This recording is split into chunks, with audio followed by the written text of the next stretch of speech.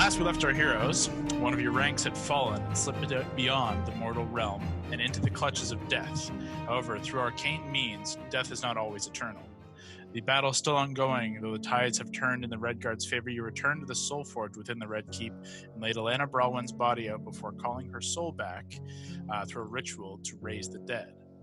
Through this ritual, you came face to face with an angel, the Raven Queen's Angel of Death, who would grant the return of the lost soul for proper balance in exchange. An offering was not made, and thus chance was embraced. The angel introduced you all to the deck of the Raven Queen, a series of cards that would decide your fates and the fates of the lost, the strength of the sacrifice needed to bring her home. Ultimately, it was Lavender who stepped up to the task and plucked the star card from the deck, and without quarrel, Alana's soul was returned. You all rested a good night's rest for the first time in a long time, but it was not a quiet night. In a dream or vision, the Platinum Dragon called you all to his domain atop Mount Celestia, and he granted you some much-needed explanation and encouragement. He told you of the splitting of the weave of time and fate, and your role in all that has taken place and will come to pass. The heartstring of heroes and villains woven through this weave has too been woven through your own destinies, and through it, your ultimate call to balance the evil of the Revenant Vow was made. Ultimately, you return stronger and ready to continue forward in the shape of leveling up, and in the face of another life or death challenge, you brought Baldur Redmane back to this side of the plains as well. A sister reunited, a queen returned to her people, and your deeds done in this city for now, it was time to move on. You teleported to the Platinum Sanctuary, and here you were reunited with the Dragonborn Guardian Uthkadar and your pet owlbear Teddy. You rested, recuperated, and planned your next venture, but not before, in the dawn hours, a challenge of strength and wills is set to occur, as Hondo the Blue challenges Uthkadar to combat. A test of mettle and strength within the Colosseum training grounds of the Platinum Sanctuary is where we're going to begin tonight. Hondo. I forgot all about this. I literally cannot wait. Hondo, you and Uthkadar take center position in the sandy-based Colosseum as the rest of the Wildcards and your friends sit amongst the stone step kind of tiered seating area. And in the belly of the Platinum Sanctuary, you position yourselves roughly 60 feet from one another and prepare for a non-lethal bout between the two of you. Non-lethal, Hondo. Non-lethal. From I can do that. You've prepared yourself as best you can, fully rested, weapons all in hand, and you see Uthkadar finish applying his armor and preparing himself. You see he is fully plated in full, well-maintained plate armor that kind of blend with his brass scale, and he slams down this massive tri-corner shield that comes to a heavy point. This platinum-plated shield that bears the sigil and face of the Platinum Dragon Bahamut on its face. From across the Colosseum, he calls out to you, "Are you ready, young Master Blue?" Yeah, I'm ready. I expect you to give me your all. Don't hold back, old man. As you wish. Beneath the watchful eye, Bahamut, let's just see what we're working with here. Let's roll initiative for you and him. Yeah. I'm going to switch my camera real quick, so I'm going to pause the recording. Recording. Back on. Boom. Nice. Kevin. Wow, nice int. What do you add to that? High roll. 10? 28. So, Hondo. 28. Absolutely going first. Yes, you are. Why can't you roll like that in a real fight, Hondo? Shots fired. Just don't want me to win in the real fight. Hold up. Okay. Hondo likes to throw fights. So, clearly, Hondo, this is your position over here. This is Uthkadar. You guys are kind of sat up in these these just stone steps up on this side, camera side. I'm not going to put you on the map, but should you do something crazy, I guess I will. But Hondo, You have the first move with a 28 initiative, obviously. I'm going to run up to him and I'm going to throw a Superman punch. You're just gonna punch him. Okay. Not taking out the sword yet. Respect. All right. 5, 10, 15, 20, 25, 30. You're gonna have to use your bonus to dash to get to him. It's worth Or it. something. Yep, I will do that. Bloop. You rush up. So as you're throwing a punch, I need you to roll a d20 and add your strength modifier, not your dexterity. Okay. Your strength and your proficiency. So that's my roll. Oh, that's really good. And my strength modifier. I think it's a 25. Let's just And hear your the- proficiency. 16 and plus 3. So 3, and then proficiency is what? 5. So 17 and 8 is... Oh, 25. Jesus. Thank you. So that would hit. However, as you rush up, you watch Uth not moving, hands behind his back as the shield is planted directly in front of him. And as you get closer, he watches you with these steely eyes, and you watch his form just kind of stand still. And as you jump up to make your strike, he lets you take the shot without moving. Oh boy. So roll, or actually it's not even damage for this. As he sees you not wielding a blade, you deal 1 point of damage plus your strength. So you deal 4 points of damage. Sure. He lets you you clock him on like the snout, his snout, and he turns his head. His whole body stands almost perfectly still, and just his head moves, and he kind of just looks back at you and nods. Says, "A respectful hit. My turn."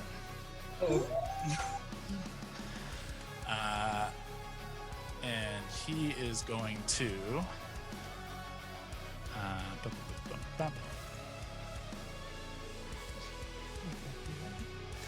He is going to, from his side, you see a mace come out.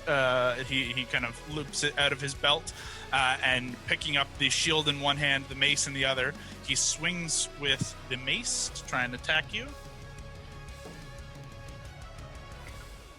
That is going to be a 21 to hit.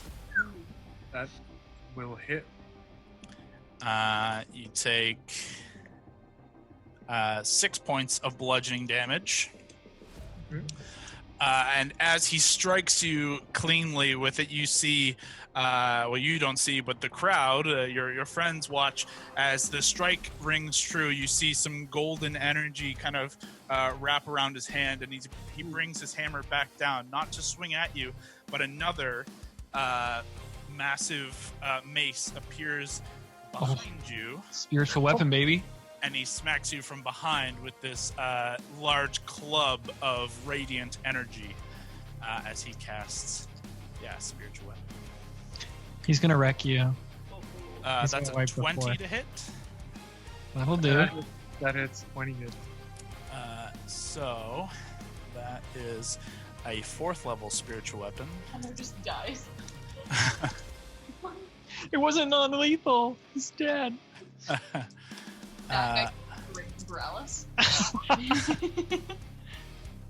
It's 2d8 at 4, right? Or is it 48? I should have looked this up before. We're gonna need to look it up. On a hit, the target takes force damage equal to 1d8 plus your spellcasting modifier. When you cast this at 3rd level or higher, the damage increases 1d8 for every 2 slots. So, 2d8. Ooh, that's not bad. Take 15 points of damage on that one. He then assumes a defensive position with the shield raised high, just below his eyes, and the hammer down at his side. He takes kind of like a half squat position, ready for your round. It is now your turn. You are stronger than I imagined, Uthkadar. But I am not done yet. Let's see it. It's been one hit. Yeah. I pull out Frostbite and I go for his side. Okay, make an attack.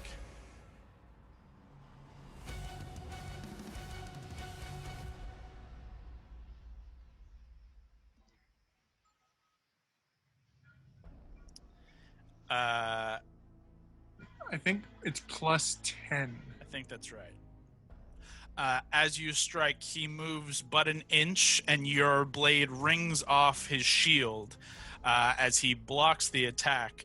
And with a wry wink, he uses a reaction as you strike the shield to utilize some energy within it. And I need you to make Constitution saving throw. Can I react to his reaction? You might be able to react to the damage you're about to take. I think you can only do that if they damage someone else. If it's... So I'm 17. 17 is a Nice. fail, unfortunately. Oh boy. As you strike the shield, you see the draconic face on its face erupt in a massive, earth-shattering roar that deals some damage. Let's see, what's that? Ooh. You suffer 30 points of thunder damage, and you are thrown 5, 10, 15, 20 feet, landing prone on your back as this massive roar lifts you from your feet and sends you sprawling on the ground. Uthkadar stands and rotates his hands behind the back position with the shield planted firmly in the ground in front of him.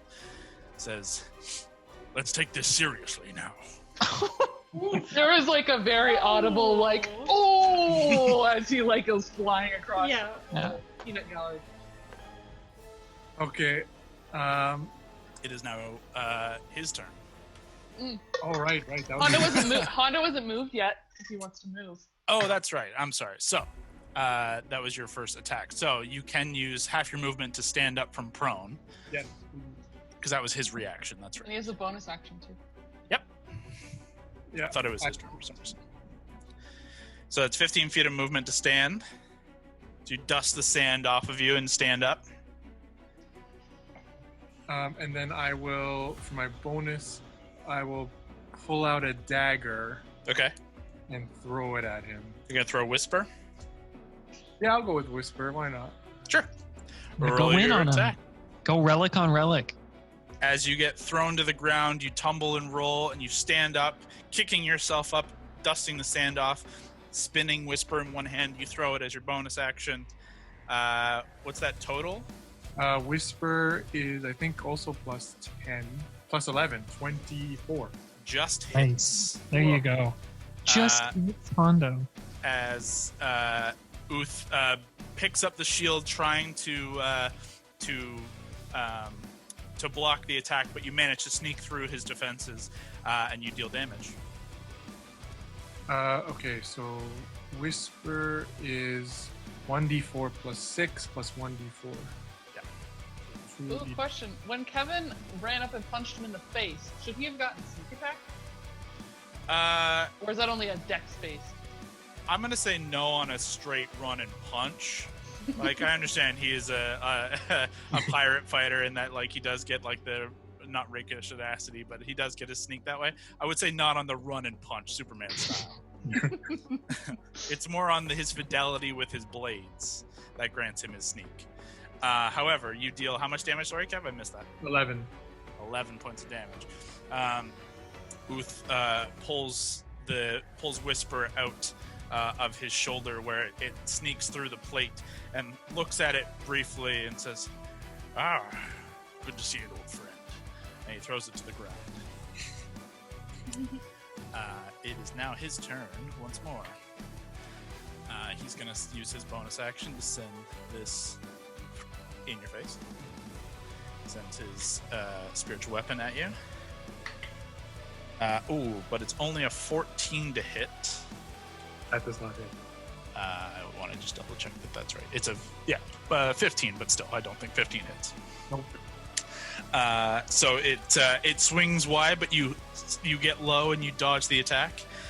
And Uthkadar says, your footwork is well honed, my friend. Very nimble. But what of your mind? And he begins to cast another spell. Very weak. It's very weak. It's sharper than yours, old man. Well, let's see what happens before he starts talking shit. Yeah, let's just go with this.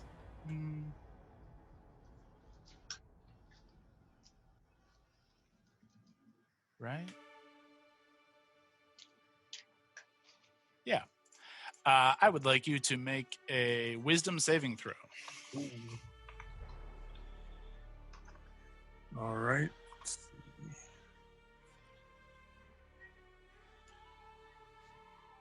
Oh, look at you. There you go, buddy. Look at you. Natural 20. Then you absolutely save. Unless you have a negative wisdom save somewhere. Definitely not. Yeah, your line does ring true as you're able to get your quip off, and Uthkadar laughs heartily, but remains in his position, awaiting your next bout. That ends his turn. I'm going to cast Thunder Wave. You're gonna have to get closer on him. I'll move slightly. closer. I'll move closer, Okay. and then I'm going to cast it. Yeah, so this square here is just like part of the map. Don't even think of it as anything. So it's like full fine move. 5, 10, 15. I think Thunderwave is a cone of 15 feet. You can clarify that for me. Yep. So Thunder. You're 15 feet from him there. Yep, 15 feet. Okay. So you cast level 1, Thunderwave? I'll go level 2, and it says he's pushed 10 feet away. If he fails. Okay. So what's the save he has to make here?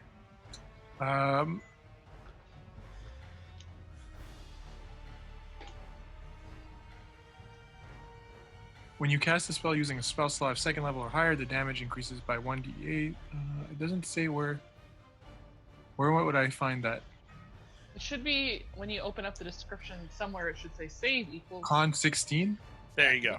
Yep. So Constitution saving rolls a natural 16. Okay. So you still roll damage. He just takes half damage and does not get pushed.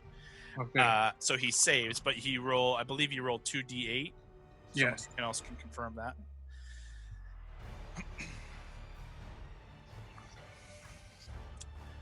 So he takes 4 points of damage. As you let loose. What does your Thunderwave look like as you cast it, as you're kind of leveling up your bardic abilities? What does it look like? It's a big blue beam, and it's actually called Final Flash, and it comes out of my hand like a Kamehameha. All right. Okay. Amazing. I like it. As you unleash your Final Flash, Uth once more he moves his back foot only slightly to hold himself in position, and like a rock maintains his hold as your thunderous energy kind of rustles the tunic beneath the heavy plate and his long white whiskers, and he chuckles quietly beneath. That's your action. Now I'm going to throw my blink dagger as a bonus. Sure. Okay. Do you yell Final Flash when you use Yes. it? Okay. Just wanted to be sure. Whenever I use that move. Okay. Ooh, There you high go. roll. Look at That's you. good. This is going to hit with a 25. So that damage is I think that one's just the 1d4. yes, +5, Yes. and that's a 4. Ooh, look at you. All right. Another 9. Your dagger, rather than hitting his shoulder on the one side, you find an open area near the forearm of his other hand, or his elbow, sorry, at where his arms are kind of behind his back. His elbows stick out, and you manage to clip it, and he shakes it a little as you clip it, and chuckles once more. Is that the end of your turn? You still have technically, I think. No, I think that's actually all of your movement. Yeah. Then is that going to end your turn? Yep. All right. At the beginning of Uth's turn, he kind of paces in place for a moment and looks you up and down as your last bout of attacks finishes. And he looks down at his feet at both of your daggers that are kind of fallen at the ground in front of him. And he says, Hondo, every battle is like sailing a ship through a storm. Each move must be quickly calculated. You must trust your instincts. Allow your faith to guide them through. A battle is similar. Allow Whisper to be the tool of your instinct. Where you wish to strike, position yourself and let Whisper guide your hand. And he kicks Whisper back to you, skidding along the sand. However, he does attempt to strike you in the back with his spiritual weapon. You gotta use that power he's bestowing you. That is a 19 to hit. My AC is 19. So that does hit. Max damage, boy. That is 21 points of damage. As you stoop to grab Whisper, and he clocks you in the back with his spiritual weapon. Oh, Jesus. He maintains his position and forgoes his action to see what you do. Can I use a reaction to recall my blink dagger? It's a bonus, unfortunately, to recall. Oh, okay. So it is now your turn, though. You could use your bonus to do so. Yeah, I'll do that for my bonus. Okay. And Can I inspire him? Yeah. I mean, you guys are within 60 feet. Am I allowed to just like quickly message him and be like, "Come on, Hondo, you're letting us down. Make it out there, big boy." Yeah, for sure. You use one of your bardics. I think it's a D6. D6 for you. So you get a D6 Hondo. You don't roll it. Hondo can just add it to whatever he wants. I acknowledge it. I acknowledge it mentally. Okay. Like a thank you. Like I receive and appreciate it. Lavender, what do you say? Pardon? Hey, Hondo the Blue, don't be a big yellow chicken. Get in there, all right? We'll see you soon. I'm going to. Valentine gives you a little slap on the bum when you're done. I hope I don't hear that. I heard that, and I'm like, okay, I'm going to power up now. I'm very concerned. And I'm going to cast Fear. Okay. Oh, Jesus. Wait, do you have Fear? Isn't that a 3rd level spell? It says here I have it. You have it because it's in your ring of animal influence. Oh, so it's only for animals. It's only on beasts, unfortunately. Isn't he a beast? He's a dragon. He's Dragonborn. He's a dragonborn, like half human, half dragon. You do not waste any actions or anything. You would know that as part of the ring. It only works on animals. Then I'll change that to Dissonant Whispers. Okay. Okay. So what do you say with your Dissonant Whispers, and what is the save I need to make? I will say, Uthkadar, you have wisdom, but I have strength. Now see your worst nightmare. Pretty good. All right. What's the save? It is wisdom 16. Okay. Here we go. In fairness, his wisdom is pretty stacked. Probably. Yeah, that's actually it's only a 19, but still a save. Sorry, bud. As you dissonantly whisper to him, he says, "I have seen nightmares far more dangerous than you, my friend." That was a good retort. That was really good. Yeah. Well, this one is just getting started, and then I don't have a bonus, do I? No, your bonus was to recall your blink dagger, unfortunately. So you have both your daggers in hand. You attempt a spell. Mark off your spells as well, by the way. Yeah. You still have your movement if you want to use any of your movement. I'm gonna move maybe 2 squares to my right, please. Your right is back, like there. Or did you mean Hondo's right or screen right? Hondo's right. Okay, sorry. Hondo's right is down this way. Okay. That ends your turn as you reposition yourself. He sends his... actually, you know what? No. He's going to hold that there.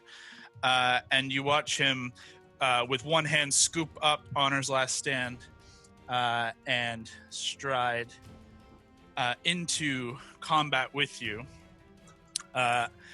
As he walks, you see he flares up his chest, and once within, actually, he's technically here, he lets loose a blast of flame from his mouth as he breathes fire towards you. Can I react? I need you to make a dexterity saving throw. Cool. Can I react? You have this reaction of a dexterity saving throw. Okay, so it's 12. Well, he can use his. Hold on. My dex save is plus 10, so 22. Exactly. You save.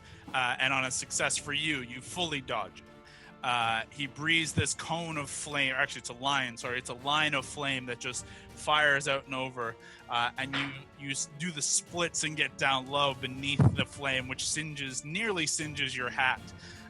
But you are so dexterous, you manage to avoid it. As you rise back to your full standing height, he gets to you, and with his action, he is going to... I turn to Mary and I'm like, what if we switched Hondo for Ace? I admit I didn't see a lot of this coming. He is going to bring his mace. He's just going to do a mace attack on you. 19 to hit.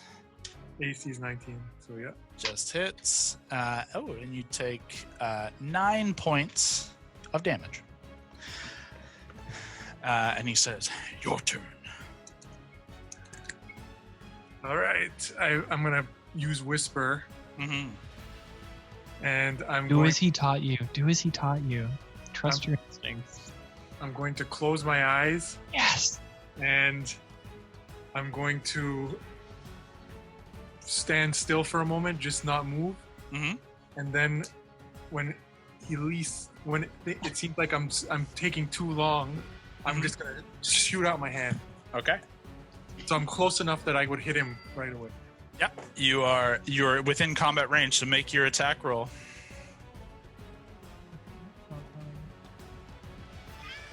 Yeah. 25, I think. 24 or 25. 25. You manage to deal damage. You strike, and you get to deal your sneak attack damage as you manage to wait out his initial defenses and strike true. However, he's going to use his reaction to deal some damage to you as well. But let's deal your damage first. So that's sneak. What is sneak attack again? You should be 5d6, and then your 2d4.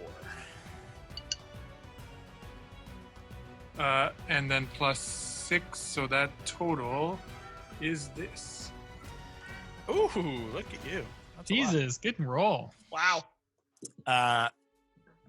You manage to sneak through his defenses, and you draw back Whisper, and there's just a hint of blood on the tip of the blade. You didn't go for the kill, but you feel that you had a good strike in there, and you see a recognition in his face that you snuck beneath his defenses, and he is very well guarded. And there's a glint of happiness in his eye before he lets loose another roar from the shield. I need you to make a Constitution saving throw. Oh God, this shield is killing you. How do I get one of those? You have one in your hand. Oh, not good. Not good. That is definitely a fail. As you waited out so long to try and get the right moment to strike, and you managed to do so. However, he is still prepared. for your strike, and he deals. Oh, he deals some damage.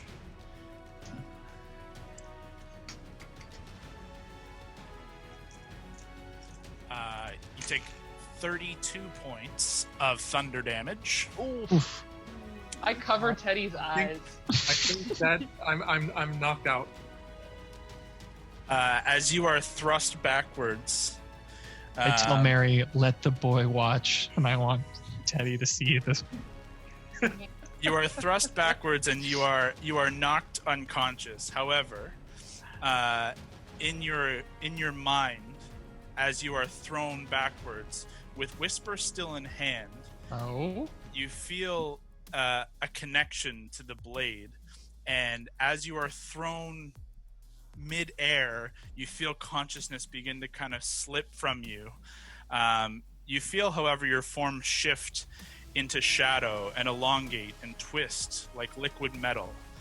And as you are thrown backwards through the air, you feel Whisper and yourself become one. And there's this unseen tether between you and this ancient blade that becomes tangible. And you manage to instantaneously teleport right back to Uthkadar. Sick. Where the blade that's so was cool. still within his side, and you are once more standing conscious at 1 hit point, with Whisper in hand. You also have this moment as you return back to your form, and with Whisper still in hand, you can see the blade is kind of glinting like this shining metal. You see something in like a flare of images through your mind. You see a massive battlefield, this streak of black and purple that strikes through enemy lines with this blade in hand. A second flash, and you see this figure, a purplish-skinned tiefling with a wry smile, blood spilling out of the corners of his mouth as his eyes slowly close and the dagger slips from his hand into shadow. Your vision flashes once more to the dagger that is now in your hand, and you awaken its inner power. And Whisper, the awakened Whisper, is now in your possession. I'll add it to your D&D Beyond character sheet. Cool. Nice. Uthkadar places the shield kind of on his back and gives you a slight bow in recognition of the finishing of this bout, but the obvious recognition that you and Whisper are one. To which he says, like an old friend, it was a pleasure to fight you, and I hope we have many more bouts to come. Old man, you fought gallantly. I think your true power caught the better of me today, but I'm not finished by any means. We will do this again. I look forward to it, and in fairness to you, I have about 2,000 years of life on you, so a Does he little look bit of winded? experience. Does he look winded at all? He looks a little, like he looks like he had a good workout. Oh, okay. His scales are glistening. However, he puts a hand to your shoulder, Hondo, and says, Whisper can now carry you where you wish to go. Should you need to flee from an encounter such as one that you cannot face, it will help you. Should you need to cross a gap in which you need to strike an enemy down, it will now carry you there. It is a powerful weapon and one you should be thankful to wield. I will use So this- cool. I will use this one.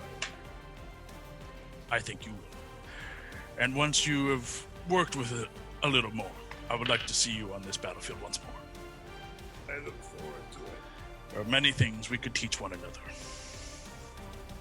And he turns back to your group and raises Hondo's arm up in the air, the one wielding Whisper, in a sign of victory. I boo. It's a quiet, echoing boo that rings around the Colosseum of the Platinum Sanctuary. You all should be afraid. Be very afraid. Raleigh just starts laughing uncontrollably. Booth also, as he leads you back to the rest of your friends up this stone steps that led you down in here.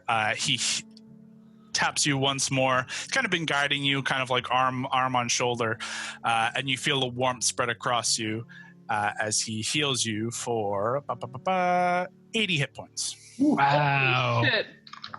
I told you, Who's Mary. powerful, We're gonna y'all. swap this guy out. New roster spot opening up. Do you trust Hondo to take care of this place? You're right. We got to take Ted with us then. Oh god, that was admittedly a lot of fun first thing in the morning. Yeah, it's very early. Uth, when you have a second, we'd love to talk to you before we head off for the day. Of course. If you will permit me 10 or 15 minutes to get rid of this armor, I'm much more comfortable in my regular robes. Of course, of course. I'll see you in a few. Hondo, do you want to shower after all of that ass kicking you just received? I could take a shower. But I did not get my ass kicked. That was, Does the blade look any different? it was a good workout, but I'm still here. So the blade does not look any different to any of you, though to Hondo it looks slightly different. You can see Hondo within like the blade of it, where it was kind of, you know, like the look of Damascus steel, where it's kind of like that wave of multiple metals came together, were forged together. It always had that kind of look to it, but now you can see almost like a constantly shifting movement within the actual metal. You can see it's almost where it is almost liquid in its form of its like shifting ability, that ability that gives it this like kind of almost shadowy ability to teleport around. You can see a little bit of that to its design now, where the rest of you still just see a really cool looking Damascus blade, but it looks the same as it did before. Does it look like that Mandalorian blade? Which one's that? Like Is that the Darksaber? blade? Yeah. Dark Saber. Sure. No, that is a different sword. Oh, I want that sword. You don't want that sword. I did Pretty that thing. heartbreaker. I'm pretty good. I'm pretty satisfied with mine. I did that thing that happens in TV shows where I just pass gold to gourd in the background. I love I that. think I bet you something. I can't remember. I'm pretty sure you bet that Honda would shit on something. So Yeah. Yeah, I lost that.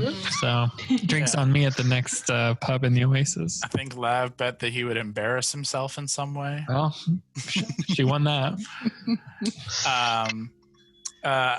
About 15, 20 minutes as you guys go to collect your things, as you were just kind of woken up and are not directly ready to travel just yet.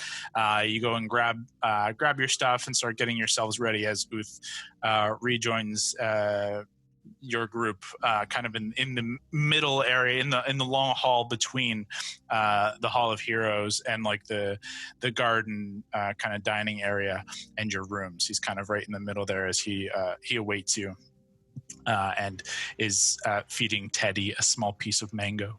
This is what I'm talking about. Okay, at least it's a fruit. We got all our stuff ready to go. We walk up to him. I'm assuming we have all our stuff. Yeah. Great fight. That was a great fight, Uth. Thank you. It's been some time, but always nice to dust off the old shield.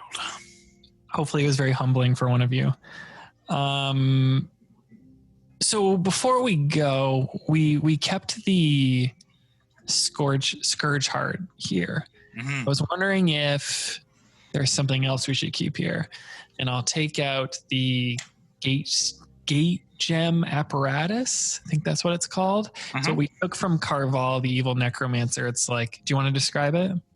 Yeah, so Valentine stoops down with the bag of holding and flipping open its satchel. He reaches inside and pulls out this almost platinum pyramid, like prism device, and on its face you can see multiple pieces. On each face are these purple and black crystals, and on each pieces of the metal there's intricate scroll work and sigils of arcane nature designed within them. That you guys had seen in action was all the pieces had pulled apart, almost like split open and open in stasis as they were holding open a domain in which you fought Carval within. They are now dull and not clearly trying to kill you or anything. And then I'll also take out, we have a single version of those, one gate gem. I think we got from either a fight with that terrifying witch or That one came from your dad's. From my dad. Yeah. That was one of the gems that were open, holding open the gateway to the Shadowfell, or within the Shadowfell to a small domain of dread of your father. Take both out. We've been carrying these around, one longer than the other. I'll point at the dread domain one. Should we leave them with you? Should we keep them with us? We know you can track these gate gems and that people were looking for them previously, but I don't want, by leaving them with you, to be a magnet for the Revenant Vow to come towards you. A fair concern, but if they pose any kind of threat to yourselves or to any you may encounter, and of course if they were a target for the Revenant Vow, perhaps keeping them safe here is best. I admit I know not their purpose or power by that means, but if you wish to keep them safe here, hopefully our wards will protect us from whatever the Revenant Vow can think of. To be honest, we don't know what these things do, but we know they have a lot of power. We know they can get people places. I don't know that we know enough of them to understand that they won't be useful to us in the future. Yeah, I don't know. We could always teleport back here if we really needed it. I mean, that would only be in like a very necessary situation. Like we could only get back and then have them in our possession. I'd like to learn more about them. I'm just concerned about the ability to do that if they're not in our in our hands, or at least one of them. I'm a little more concerned about this, and I'll just like kick over the thing that came out of I can't remember what they're called. The deal? Oh, yeah. The infernal puzzle box and the metal plated contract. Yes. Uthgadar just kind of looks at it as just, I don't know what this is, but if you wish to keep it here, sure. Do you know about Carval? You heard about that guy? Carval, his name was often tied to the Black Staff in history. And his, I believe we had sent, if I remember correctly, several of our Dragon Guard to his domain to attempt to bring him down and stop him from whatever it was he was attempting to do. It would seem that we were unsuccessful, but you were. Yeah. Not a nice guy, kind of a dick. This was one of the things we found in a infernal puzzle box. Mary, being a genius, managed to crack it this morning. Inside it says Carval was like pledged to Mephistopheles. Yeah, that guy. You know, one of the archdevils. Aye, it was the archdevil of the 8th layer of Kenya. Oh God. So then is Asmodeus the 9th, or is he the 1st? He is the 9th. He is the king of the 9, and thus remains at Nessus in the 9th layer. The 1st being Zariel. So 9 being the best? 9 being the deepest. Okay, so 8 would be like just below him? Just above, technically. Okay. Right, but below in terms of power. Yes. Depends on which way you're trying to approach this. This is all I'm wondering if we carry this with us, if it's good leverage in the future that they had a deal going. Well, that's what my concern is. Why was it in a puzzle box? I don't know shit about deals. It looks like this was hidden potentially because someone could do something with it. Well, Carval apparently, an amendment to the pact was that like everyone who was loyal to Carval, all persons bound by oath to Carval are considered forfeit. And then they pledge allegiance to Mephistopheles. I think. By my understanding, then that would mean those who had sworn a vow to Carval to serve him, their souls would no longer be bound to their eternal resting place. They would be bound to Kenya, to Mephistopheles' domain. Yeah. To do how he wishes. It was in exchange for a book. We'll just look at Gord. And then just look away. Any reaction from Gord? None. Just puffing on that pipe. Ever unflappable. Oh yeah, you're right. It said though, if he was dead, Carval being fully dead, that book would be brought back to that 8th level of hell. Which we know didn't happen. Which means Carval is still alive, technically. It's truly unfortunate. In our experience with these powerful necromancers, they find a means of sustaining their life through a device known as a phylactery. It is a device in which they store part or whole their soul and feed it with souls of others. So if their mortal form or undead form is destroyed, they can reform. Oftentimes they are tricky in where they position their phylacteries, but they are never far from them. Why do we make new enemies literally everywhere we go? Why can't we get rid of anything? I mean, we know Egoth's coming back. Raymond took his body. That's not the last we've seen of him. Such is the life of a hero, I'm afraid. Especially with people who like to reincarnate or whatever the fuck it is they do. What was being a pirate like, Hondo? Maybe we should switch to that. It's fun. You get to steal, you get to murder. Oh, well. Rule the seas. I don't think I trade it for anything. Until your boat gets stolen. That's a minor problem. What was it called again? The sad albacore? The floppy salmon, right? Floppy salmon. Wow. Inspires fear. Okay, well, maybe we'll hang on to these. Do you think that's a good call, Mary? Hang on to everything? Look, I'm not sure about this. I think we should hang on to the gate gems. This I am not sure of. It seems like it has a pretty solid tie to Carval. You're right, maybe it can come in handy, but it just freaks me out. Let me ask, do you believe in yourselves? I mean, yes, obviously. Then why are you worried? Well, I don't know if you were here a couple nights ago when our friend died after she had a sword plunge through her stomach. That wasn't great. But we have others. We have more than one. More than one friend? If one falls, another will take it. This is a completely remembers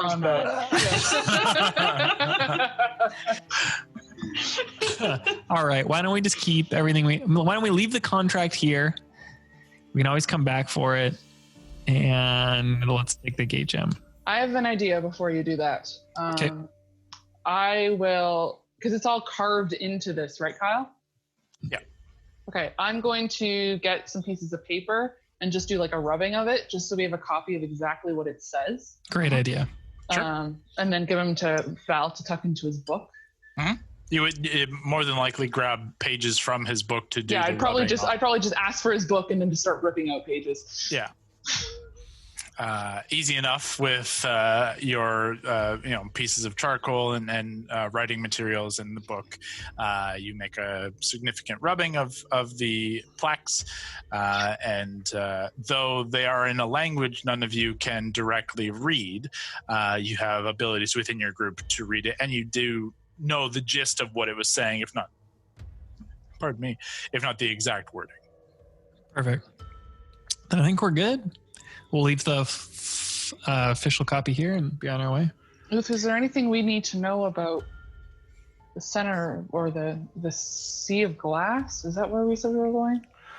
The Sea of Glass is a tale told out in the Kell. There's tales of this Sea of Glass, and beneath which, or around which,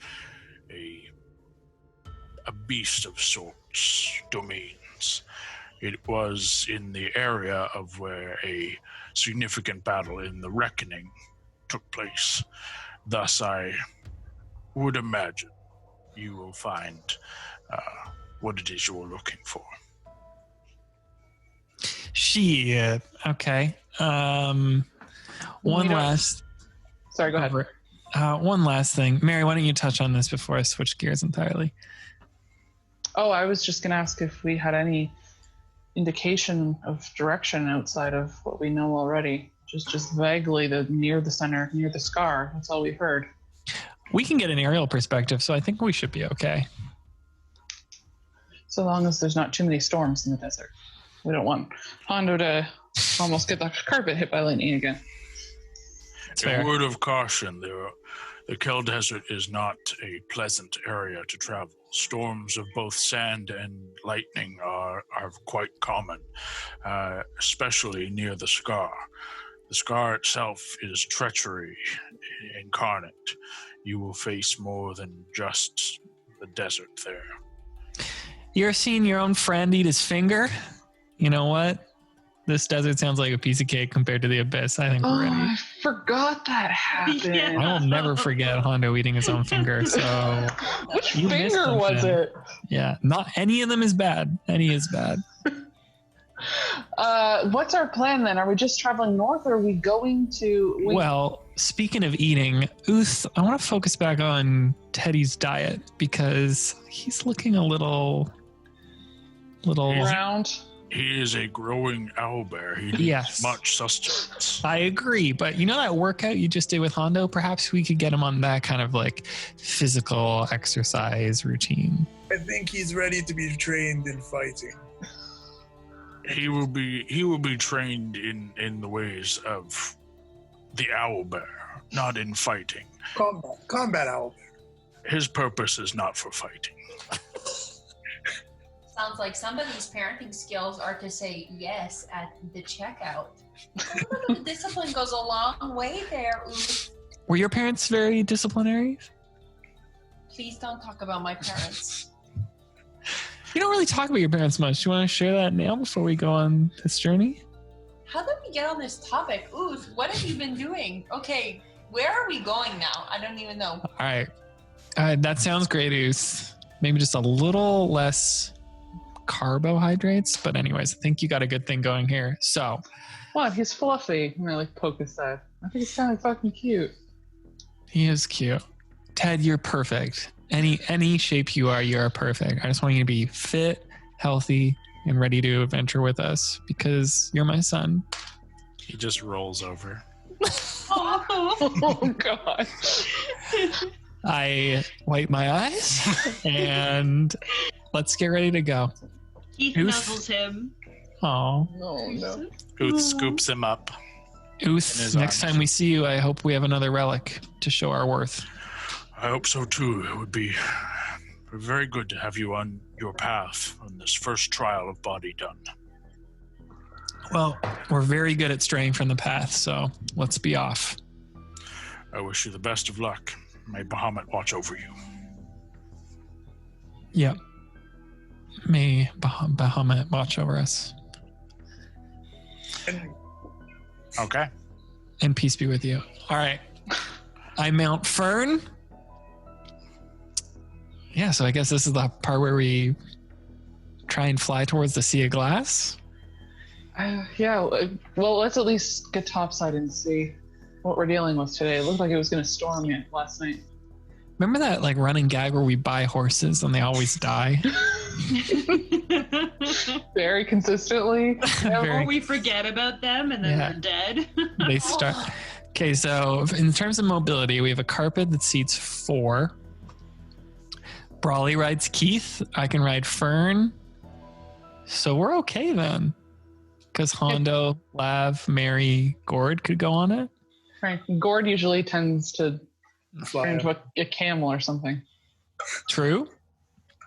Gord, what are you thinking for this? Gordo, do you want to ride this carpet or do you want to be a camel? What do you want to do? I don't know. I'm looking at my options right now. I can try and aid here. If you were to be in your wild shape form, you can last in that wild shape form for a number of hours, half your druid level, rounded down. So you're a 7 druid, I think. So you can go 3 hours in a wild shape form. You have essentially 6 hours of wild shape per day or per short rest. Even in that form, you will need like just regular like rest that everyone will be taking as part of traveling. Even if you're not on the carpet, you're still like need to just take a couple of breaks here and there as just part of travel. But especially your animals will need a moment for water and food every so often. However, you also are looking towards ending a couple hours into your book. You could easily do so from atop the carpet. Ooh, Gordo. So if you, knowing how singular-minded you are in finishing the book, you could basically take almost the full travel time and just pour it into the book with a few small breaks. How many hours is that?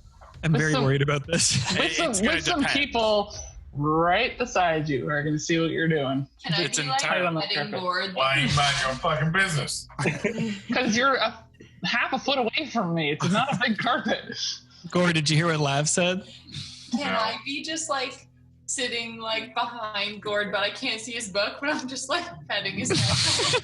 It's like subconscious, like a cat who just continuously like paws at the same thing that moves over and over again.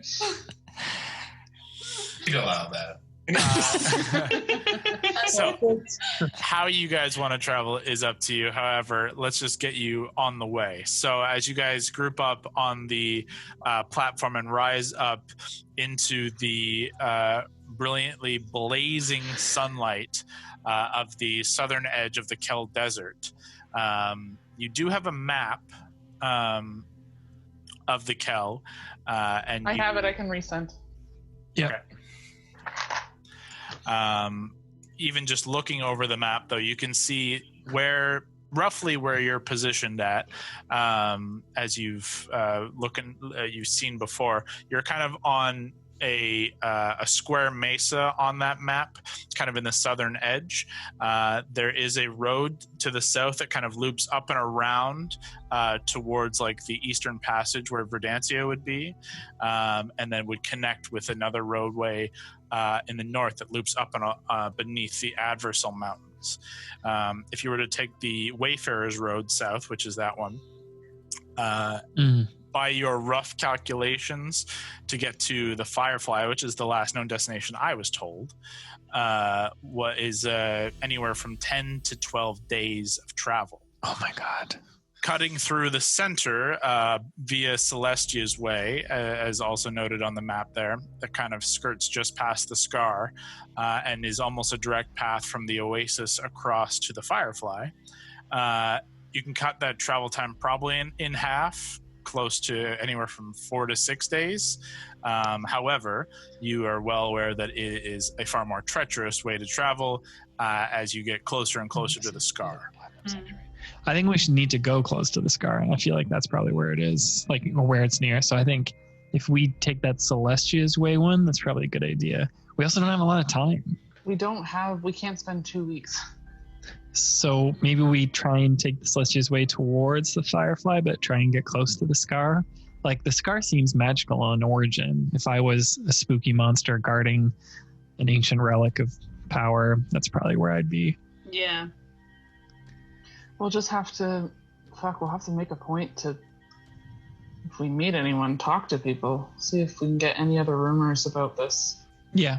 See if we can spot caravans and try and talk to them. See a glass if we can even find them. I mean, last time we traveled to the desert, we found a whole group of people. They were kind of got fucked by Gambino. That's why they were there. Can't imagine it's regular, but at the very least, we don't have a lot of time to waste. So let's go. Before you go, one last thing, a significant part of travel across an arid plain such as this are provisions. Are you guys stocked in terms of food, water, etc.? You can each fill canteens and such here at the Platinum Sanctuary, and you would have already done so just in regular life. That would have been part of your regular duties of just making sure you have a full canteen of water, and that can last you a full day. And rations, I don't know where you sit. We just bought some when we got to... we stocked up when we got to... Haverstock? Hammerstock, yeah. I have it somewhere. Can Gord create water? Gord, do you have a spell that creates water? I have that prestidigitation. No, there's one that's called Create Food and Water. I don't know if it's a cleric only spell or if druids get it too. But it just might be something that at some point we might ask you to do in the morning. Don't worry, I have my fog cloud. I'll create water out of it. The condensation. Just drip it. Don't you also have a wall of water? Yeah, that's also dope. Also is it salt water? Is my question. Just drink. No, fresh only. Oh, okay. We'll find out, I suppose. Yeah, we'll take a sip and find out. I know. I think we said we bought at least 2 weeks of we made a point to buy rations. When we first I vaguely remember you guys buying rations. I just don't remember how much. I imagine it was a lot. Not that you're going to be super concerned. It's more at this point the water situation in which you need to. You might need to try and come up with something clever. Oh yeah, Hondo, that's not a bad idea. If we can try to use that. We can always hunt something too. Hopefully, there's animals or something we can hunt. I'm ready to hunt. Only one way to find out. As you guys begin your journey once more into the Kel, your first task is mostly just for Allie because the rest of you are flying. As Allie and Keith, you guys are not flying and you guys need to make your way down off of this Red Rock Mesa. I would like you to make an athletics check for Keith. Oh, Allie is frozen. Oh my god, I thought she was just so shocked. She's like, oh no! So angelically shocked. Can I go to the bathroom before she comes back? Yeah, that's fine. It's not going to be make or break or anything. So Keith is a mountain goat. It's his favorite terrain. Which is why the DC is nice and low. Okay. It's taken into account. Still got to do it. Yes, Kev, I also got crazy flute music, and I am also going to pee. Gord, have you decided what you're going to do in this time? I'm reading the book on the carpet. All right. In that case... For hopefully 20 hours? You should, you won't get it done in one day, but within the first couple, 2 to 3 days, you'll be able to clear the book. Oh, man. So potentially, before you finish this journey across, you could be attuning to this book. So another thought to consider, it is an attuned item, so you'll have to knock one of your other attuned items out to gain the abilities of this this book. So something to think about when the time arises.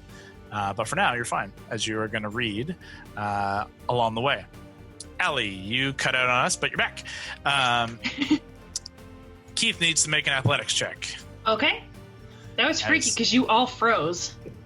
You were frozen in this, really funny, just, stunned, surprised look. Oh, really? Yeah, you guys really all good. froze, and I was like, what? I rolled. Let me just check. With Keith's athletics. Keith's athletics.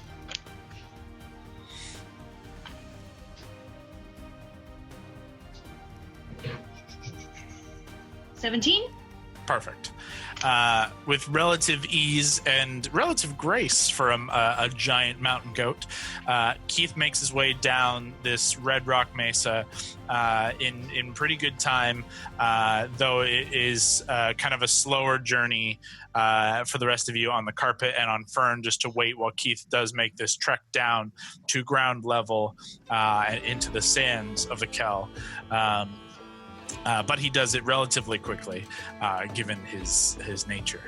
And I'll wait till everyone gets back before we continue forward.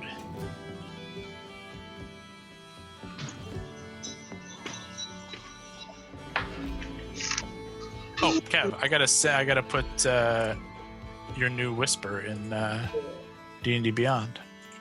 I saw who created it, or who's the original. Yeah, who once wielded it many moons ago. This new beverage to try, and I'm drinking right now. It's absolutely fucking disgusting. Great. This legal, THC drink. It's called Deep Space. And there's supposed to be 10 milligrams of THC, which is a lot, and it smells and tastes exactly like cough syrup. With a hint of black licorice. I'm like, did they not test this? I can't even swallow it without getting gross shivers. Ew. That's really gross. I love gross shivers. I'd like to turn, I'll fly near Mary, and I'll just be flapping there watching Keith go down. Be like, God, that fucking goat's been through so much. I'm admittedly a little nervous about him. He went to the abyss, he went to hell, this fucking guy. He also put on and then lost 200 pounds, so.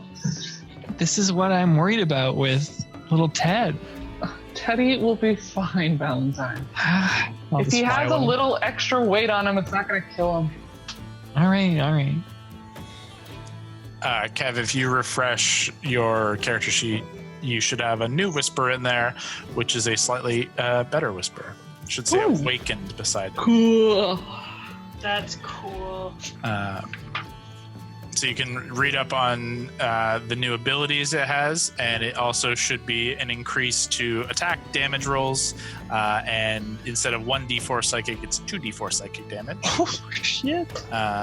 Plus its extra teleport ability. And instantly kills its wielder. Also that. So, you guys, as Keith makes his way down the mesa and makes it into the sands of the Kell, you set off for the first time in quite a while into the desert. And with a general direction of northward, you begin to make your trek into the Kell. A couple of hours of travel, and you are under a blazing sun. It is incredibly hot. You are all, even not moving, you are just riding your various mounts. You are drenched in sweat. It is very uncomfortable, not unbearable, but very uncomfortable. And within the first 4 hours of your first day's travel, I need everyone to make a Constitution saving throw. Forgot, didn't we used to fly at night? That was probably the better idea, or travel at night. Yeah. I think you did one night travel, and then Hondo. Oh, Lab got a 22. Oh, nice. Ooh, is this So Do you want mounts to make rolls too, Kyle? I would say Fern does. Yeah. Everyone has to make the check. That's a good point. Yeah. So What time of year is it? It's getting into mid-fall now, right? So this is even fucking not its hottest. What are seasons? Oh, you're so good. yeah, are the seasons the normal seasons? Well, because we just had the fade. That was Val's sister's wedding. I was just God, more you're like good. I was curious about like how fucking cold it was up in. Did you call it the fade? That's the like fall, yeah. God, Kyle, that's so fucking cool sounding. Yeah. I think I stole that.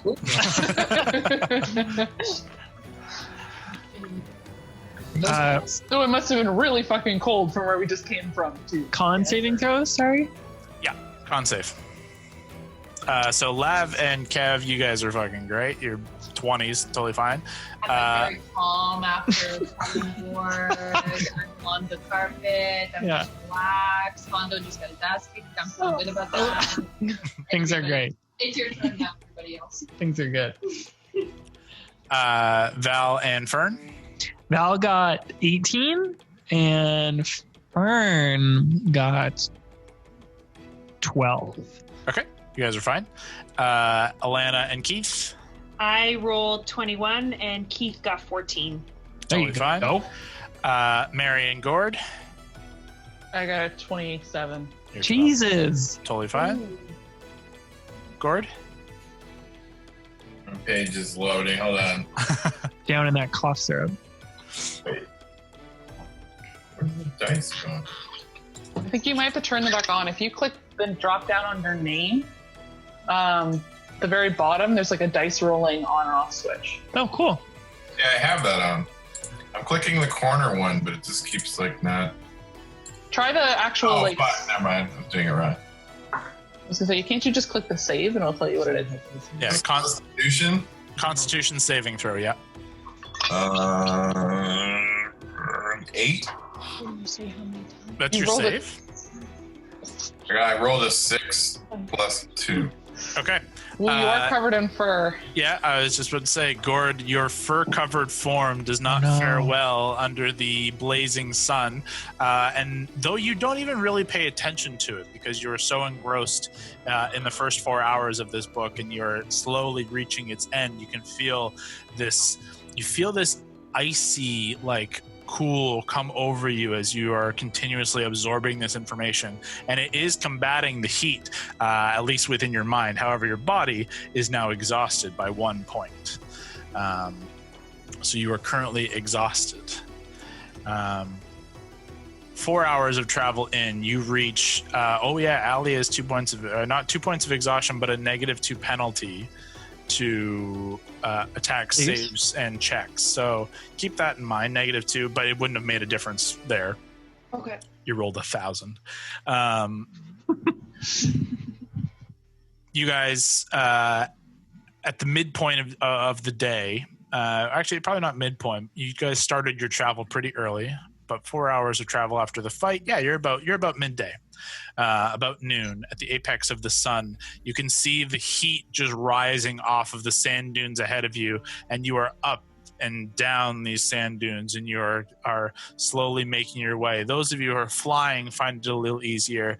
However, you make a point to stop and allow the mounts to refresh with water and food, and yourselves to try and drink some water and try and keep the heat from completely knocking you on your ass. However, at this 4-hour point, I need someone to make a survival check to try and get yourselves on track to maintain your northward progression along Celestia's Way. As you have found, there is not a direct roadway to be followed here. Who's good at this? I can do it. Okay. Val, as you take to the skies towards the end of the 4 hours, on top Fern, what's your survival check? One. Oh, Big ol' God. 1. Straight up to the sun. Just me and Fern. You fly up and you take a look across the desert, and it just looks the same. Everywhere you look looks exactly the same. You can see a faint trail of where you came from, and you think, well, that's the line we came from. Let's just keep going in this way. And you lower back and you retell the group in which direction to continue forward. Yeah, right over there, guys. I think, Are you sure that we're going the right way? yeah. I feel pretty confident. Feel good about it. Valentine, you feel entirely confident in your decision. as no one else is aware of your natural one because that's a game. Feel good. I feel good. You guys begin to continue on in the direction Valentine suggests, and for another 4 hours, as the sun begins to slowly lower on the western edge of the horizon, you can see the sand dunes have hardly changed at all. However, as you make further travel, you have found bits and pieces that look like paths through sand, through areas where this red rock has taken more of away from just sand dunes, and you pass through more of these like red rock mesas and kind of a valley between, in which you can see has been traveled significantly, and you feel confident you're on the right path. However, you reach a point of sun is setting, and it is time to set in for camp, at least to try and get yourself settled comfortably before sundown. Yeah, we could try and camp now, wake up early when the sun's like just breaking dawn, twilight, and then we could keep moving, just try and keep it cool. We could even try and like camp midday if we wanted to, just try and avoid getting really drained. Not a bad idea. Are these red rocks? Like, I'll try and look for a place we could camp out, maybe just like have something to our backs. Is there anything like that? Yeah, easy enough. You guys have found a couple of different red rock kind of areas, these kind of large rocks, just natural formations. You find one good enough that you could position as a good viewpoint around, and something to your back. You want to rest here? I can make shade. What do you mean? I'm gonna put my staff of the woodlands in the ground, and it turns into a tree. Rising from just south of this red rock, from within the sand, the staff instantly roots itself in place, and a 20-foot tall tree erupts with relatively beautiful greenery that keeps a relatively well-shaded area beneath with these thick branches and boughs. Clutch.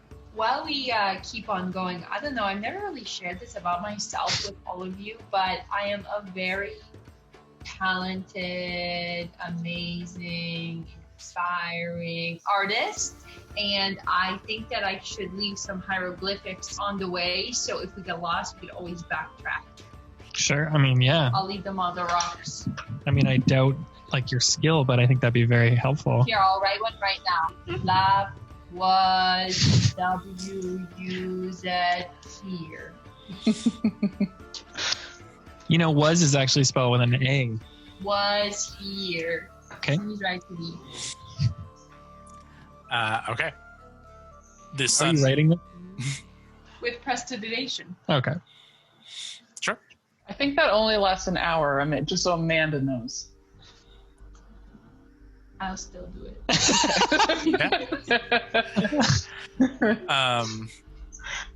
The sun quickly begins to set, and from your position beneath this tree, you do get a quick chill comes through with the wind that just kind of continuously runs through this desert. And it does grow rather cold at night, but you manage to light a fire and set up your tents and sleeping arrangements with relative ease. And as of yet, have not faced anything untoward on your journey.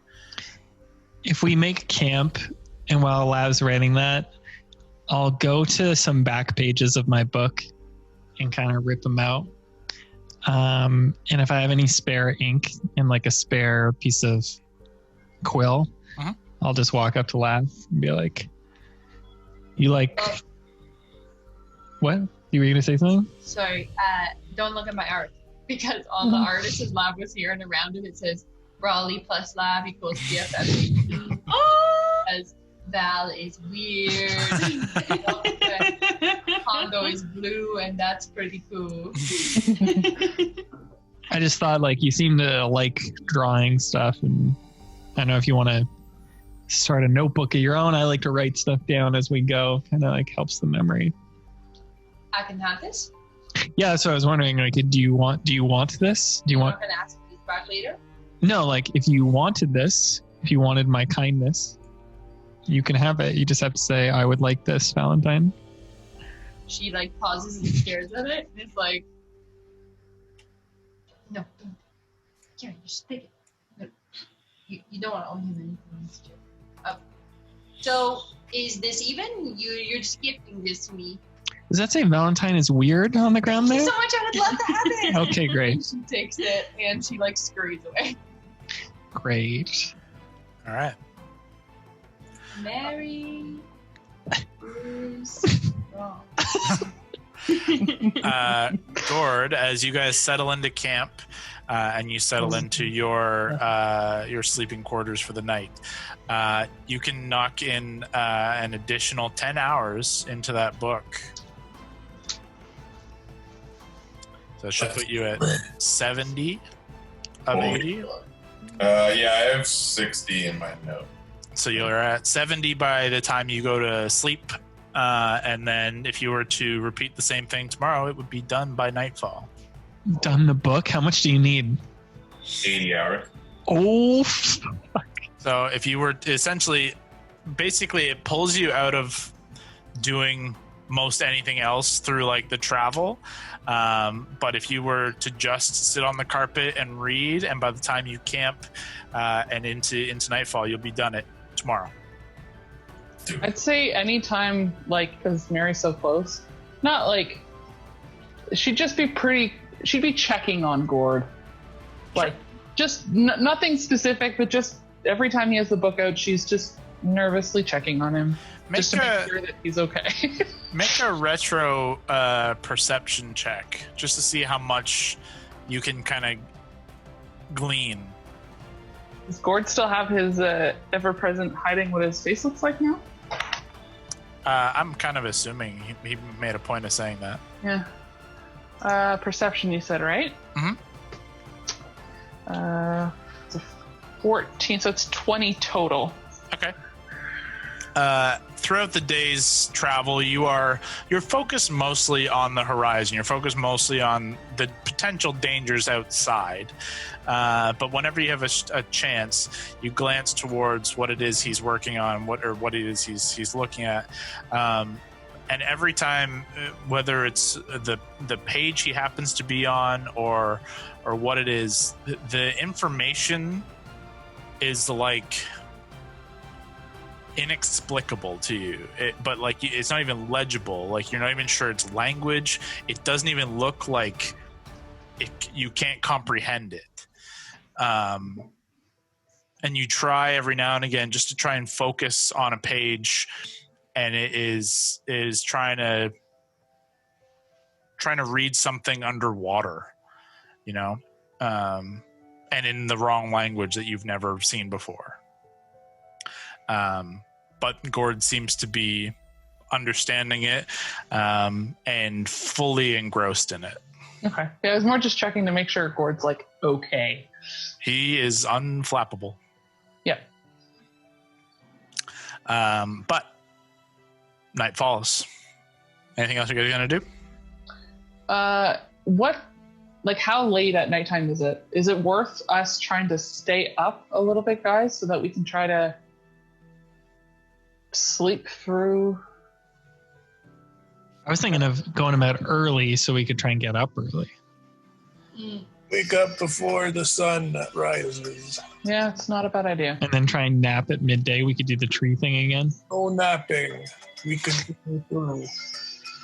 We'll talk about it on the road. Try and nap when it's the hottest time of day and get shade. Yeah. Then So let's try and go to bed early. I can take first watch though. Fern and I. Okay. So you guys going to do 3 watches? Yeah. Okay. Then Val, off the hop, as everyone else settles in for sleep, give me a perception check. Okay. Different dice, baby. Come on. This is a long rest. Better. Yep. You're going to go through a long rest. Yep. 25. The night is quiet around you. However, off in the distance, you can see a significant storm. You see lightning flare across stone and sand. And it looks like a relatively large storm, but it doesn't seem to be moving. It seems to be kind of localized. It seems a ways off, but something of note. But nothing beyond that kind of approaches your group, and you don't notice anything untoward. When it's next watch, is the storm still going? It continues the entirety of the night. So I'll just point it out to whoever is taken next and be like, just watch that. It's just right in that one spot, which is weird. I can take it. Great. Okay. Throw me a perception check. Okay. 7. Okay. You solely focus on the storm. Valentine said, watch the storm. You don't look at anything but the fucking storm. And it's entertaining. Like, it's interesting to watch lightning, and it is constant. Like, it is continuous lightning, and you see it, like, illuminate the clouds above, and you can see it illuminate kind of around a bunch of different huge, like, walls of sand moving across the desert. But in that, you kind of forget to, like, watch around you. But thankfully, nothing comes in it. Last watch. Who do you wake up, Allie? Who wants to be woken up? Was it agreed upon? Yeah, we didn't agree upon it ahead of time. Who do you trust? I just naturally go to Mary then. I call.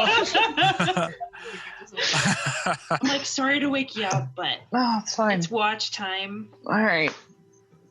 Then Mary. Anything weird? No, just that storm over there. Just watch out for it. It's kind of Okay. cool. Yeah. All right. That's it, though. Okay. Go to sleep. Thanks. Then Mary can make your last watch. Ooh, I didn't roll good either.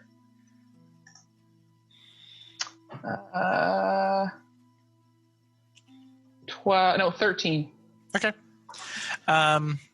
Your watch ends as you feel the warmth begin to kind of pick back up, and you can see just the bits of sunlight beginning to try and pick up, but it's still relatively cool and dark. You realize it's probably a good time to get everyone up and move, but thankfully nothing approached your camp through the night, and you guys did not notice anything untoward. Mary, you did notice the storm continue. However, as the sun begins to rise and as you kind of rouse the rest of the party, you notice that it kind of shrinks back in size, but is kind of continuous, but you kind of lose sight of it on the horizon. All right, everybody get the fuck up. Let's go. Okay. You all awaken. Breakfast. I just throw mangoes at people to wake them up. Breakfast. I have so many mangoes. I stole them Booth from grows you. mangoes. Oh, God, okay. You guys wake up bright and early and are going to set out on your first 4 hours of travel. And as you're getting out a little before the greatest heat of the day, you do not need to make your constitution saves. However, one of you needs to make a survival check. Shoddy not. I'll do it. Yes, Hondo. Get it. Hondo, you take point on the carpet this morning, and you are going to roll a survival check for me. Come on, bud. Come on. Let's get that natty 20. Yeah, 4. Yes. Great. Okay. We are rolling like trash today. These are important rolls, too. Yeah, they're going to save us or kill us 5 sometime. plus 4, so 8. 8. Okay. You guys set out on the first 4 hours of travel ahead of the sun, though it does begin to pick up later as you continue to travel. By the third hour of your day's travel, it's very bright. It's the blazing sun is there once more, and Hondo kind of leading the charge on the carpet. You do so guided by your natural guidance as a captain, as a ship captain. You think this is the way we're going, but you have no reason to think that. You just go, and you just the seas will guide me.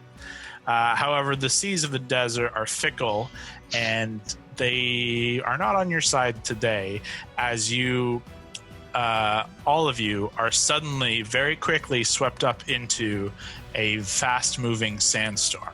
Oh no.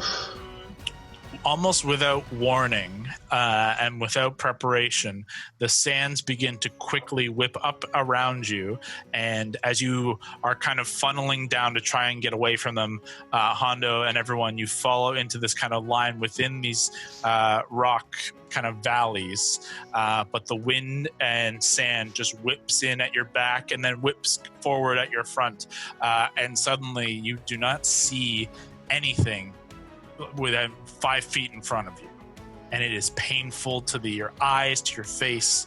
What do you guys do? Hold on tight, crew. We're going to have a rough ride. Let's go down. I'll go over the earring and be like, everyone land, and I'll try and go down. Okay. Allie, you're already on the ground. I need Allie to make a survival check. I need Hondo and Val to both make Valentine, sorry, you're going to make an animal handling check to try and steer Fern. Sure. Hondo, you're going to make just a straight dexterity check. Perfect. I think my dex is 10 though. Just Dexterity? check, so it's just plus 5. Yeah. Okay, so it's 11 total. Okay. 19. Okay. I didn't roll mine yet. Do you think it would be animal handling? I mean, you're the DM. Just because we can speak telepathically, I guess is it just to hold on? Yeah, I mean, it's just to try and guide him. You're acting as Fern. You're going to guide him through the storm, and through however it is, telepathically or physically, you guide him as your animal handling. Not great. That's 8. Okay. The 3 parties, the ones on the carpet, Allie and Keith, and Fern and Valentine, you lose sight of one another and are just battling your ways through the sand and wind. Alana, you and Keith instinctively just tuck and cover, and you find a good crook within this rock, and you just hole up and you dismount Keith, and you just kind of hold his head down away from the sand, and you guys just kind of hunker down and wait out the storm. However, Hondo, on top of the carpet, you lose control, and I need everyone but Hondo to make a dexterity saving throw, those of you who are riding the carpet. So Lavender, Mary, and Gord, all of you need to make dex saves as Hondo loses control of the carpet within the wind. 13. Okay. 24. Oh Okay. boy. That one. Did Brock roll a 13 or is that 13 total for Brock. Yeah. I roll on D&D Beyond now. Oh yeah. I don't think You just click. think Amanda's mic is on. I think it is either. We've been hearing you, I think, through Scott. Through Scott's, yeah. Yeah, because it's actually like a lot.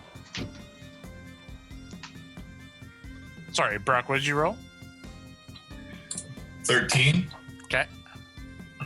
I was saying if you just click the number beside dexterity and saving throws, it just does it automatically for you. Nasty. Yeah. 7? 7, okay. Could you hear her better there? There, yeah, a little. She was right up on the mic though. Yeah, We'll up the gain. There we go. That's better. That's Better. better. Yeah. Sorry. Lavender, as you are preparing yourself to, you're in the midst of just kind of drawing in your book and absentmindedly petting Gord as the storm hits. You are unprepared and your book tumbles from your hands, and that means so much to you. You reach to grab it and you lose hold of the carpet. You plummet into the storm. Why? You are not going to have a reaction to do that, but maybe you will make it before you hit the ground. Okay. Hondo, yeah, you're trying to maintain hold of the carpet. However, it bucks, and the other two, Mary, you grip hold of the carpet and are holding on to it.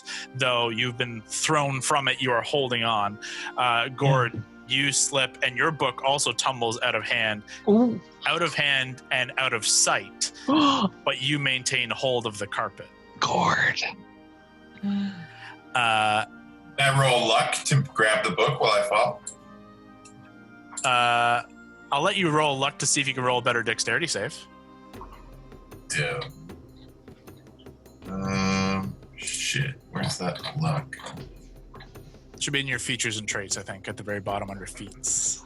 Lavender, throw me a straight charisma check. 17. Got a what? You should have called Wild Magic Man. I thought about it, but I was gonna see if you even got the spell off. Oh. So like, Yeah. It's a lose-lose because you don't get the spell off before you hit the ground, And we don't get Wild Magic. and we don't get wild magic. Shit. Brock, did you roll something? Another number? Sorry. Yeah, 17. Plus anything or just natural? That's total. His rolls are included now. At the last second, you draw upon the natural luck of your form. Oh, Allie's gone again. And your tail, or your back foot, kicks out, and like your paw grasps hold of the book. Oh, yeah. And pull it back. But you are with one paw holding onto the carpet as Mary is on the other side holding on the carpet. Hondo, give me another dexterity check to try and maintain hold of yourself. As Valentine, you rolled an 8? Yeah. That's For animal handling, yeah. Yeah. Fern is just kind of lost, and you are just kind of trapped up in the storm. You maintain holding with him. However, the winds whip both of you for a total of 7 points of piercing damage as the wind and the sand just literally pierce and slash across your skin. Lavender, you guys fall, sorry. You guys are not super high, but you do suffer, actually a crazy high roll, 15 points of bludgeoning damage as you land prone, winded in the middle of the storm. Lavender is now separated without an earring. Valentine and Fern, you guys have tried to just fly up and out of the storm. However, you are away from the party. Hondo, you managed to wrestle the carpet under control, and you lower it with Mary and Gord managing to pull yourselves back up atop the carpet, and you find cover. The storm rages, and you have lost sight of your full party. I'll call out to Hondo, probably because it's still pretty fucking loud. Yep. Be like, Hondo, I have an idea. Help me with the fucking carpet. And I'm going to try to get the carpet kind of above us on one side. So wherever the wind's coming from, if you said we found cover, did we find a rock or something? You're just you found like cover to one side. There's a rock face. There's not so much above you, but you found like something hard to hold on to. And you've kind of just hunkered down against one side of the rock. But the wind and sand are kind of whipping in multiple directions all around you. Okay, I'm going to try to, with Hondo's help, try to get the carpet so it's giving us slightly more cover to the side, I guess. So I can potentially still see in the direction Lavender fell, because I'm assuming we kind of kept going and she fell back. If I would have seen that, And then I'm going to use the immovable rod. I'm going to curl the edge of the carpet around it on itself, and just use the immovable rod so that the carpet doesn't go anywhere. Okay. So I have enough shelter. Yep. You're able to kind of position the rod and kind of pin the carpet in place. And with all of you kind of holding on to the edge of the carpet, you, Gord, and Hondo, you're able to kind of hunker down if that's the plan. Yeah. Well, I wanted some stuff open on one side because I want to take if I can do it, under the shelter, get out one of the like sticks of phosphorus that I got, because that shit is basically a flare. So I'm gonna try to light it so that others can see where we are. It'll take you a little bit of time to get all this done. In the meantime, Lavender, as you kind of position yourself, you sit up, the wind around you whips you for another 2 points of piercing damage, as the sand is just in all directions. What are you doing? I am going to... Sorry, guys. I am going to cure wounds myself. Okay. And I just haven't done this before. Do you want to use it first level? What level do you want? It goes up a D8 per level. I'll use it at first level, yeah. Sure. It's a 1d8 plus 5.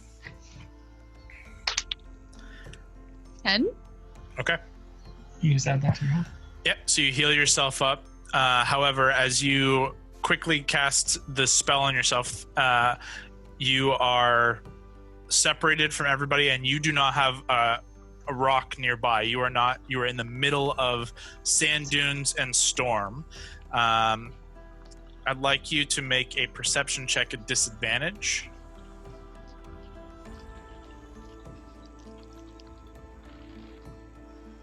Pretty good. Perception. Do I add anything to that? Oh, great. I take away from that. Perfect. 10. That's not bad, but still not quite enough to get a positioning. And you are just kind of caught in the middle of this storm, and you are unsure of which way to go. And we'll have to see what happens there. Mary, you do manage to get the phosphorus just about off. Valentine, are you doing anything? Or Gord, are you doing anything in this moment? Yeah, I'm going to... I'm going to try and get my way to the ground if I can. Yeah, you managed to pull Fern after a short time. Though, as you guys are in the air, you are going to take a little bit more. You take 5 more points of piercing damage as the wind is just whipping past you. 5? Yeah. No problem. And I'm going to cast Thunderclap, which can be heard from 100 feet away. Okay. So I'll just I'll cast it in the air above me, just trying to make a sound that someone could come towards. Yeah. The sound rings out loud, and above the sound of the whipping winds, all of you in the area do hear it. And you hear a general direction of where it is, but it is quickly, the sound is quickly whisked away by the sound of the whipping wind, though you have a rough direction to travel, at least towards where you assume Valentine is. And Is then it in Valentine, you manage to settle down on the ground, and you two find the side of the of this red rock that you can kind of take cover against. And if you want to try, you can make a perception check at disadvantage as well. Yep, let's do it. But what did I see? Did I see them fall, or did I see Lav fall? Did I see any of this, or did it just sneak up on us too quick? It happened really fast, and unfortunately, as part of the survival check, it was the group missed. So just seeing it split coming. up, no idea where anyone is. Out of nowhere, the sand whips up, and I guess you don't necessarily know that people fell off the carpet, but you saw everyone split in different directions. So then, I'll do this perception, and maybe I'll jump on the earring and be like, is everyone okay? My lowest was a nat 6, but I add a shitload, so it's 19. Okay. Through the sand, you don't catch sight of any of your party. However, a few moments after you land, you do see this sudden blast of fiery energy, this flare, about 30 feet back from where you came, maybe even 40 feet in this just whipping sand and dune. You have a general idea that someone of your party is there, and any of you on Earring could respond should you wish to. I said, look for the light. I don't know about... We lost Lav, though. Okay. So, you guys, Valentine and Fern, could meet up with the four who are at the carpet if you wanted to try and make your way that way. Allie, you also see this flare, and it is about 40 feet ahead of you. You guys are separated from Valentine to Allie by about 70-ish feet of just constant whipping wind, and it does not seem to be dying down. I'll say, we're safe. I see your light. We're just going to wait here until this stops a little bit. Perfect. Lavender, I would like you to make a perception check at disadvantage. Doesn't count. You can just re-roll that. Oh, is okay. 14. Okay, that's enough to see the light ahead by about 20 feet.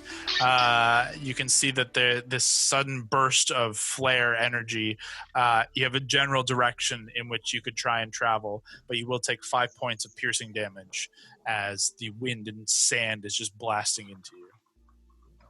Okay, if I put on my light, will it stay on? I believe so. Just the candle light. Yeah. Yeah.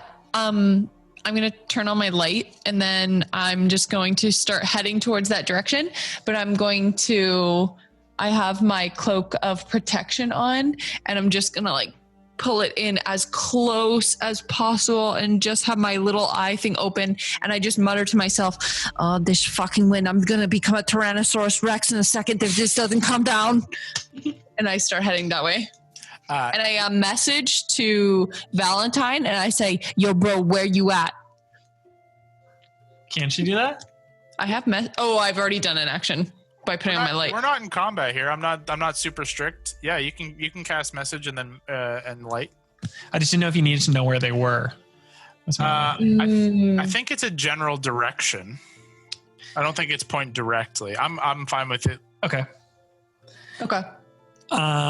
I will try and use Fern. I'll try and have Fern put his wings like this, and I'll try and stand behind them. Can I make a perception check to try and see where Lav is?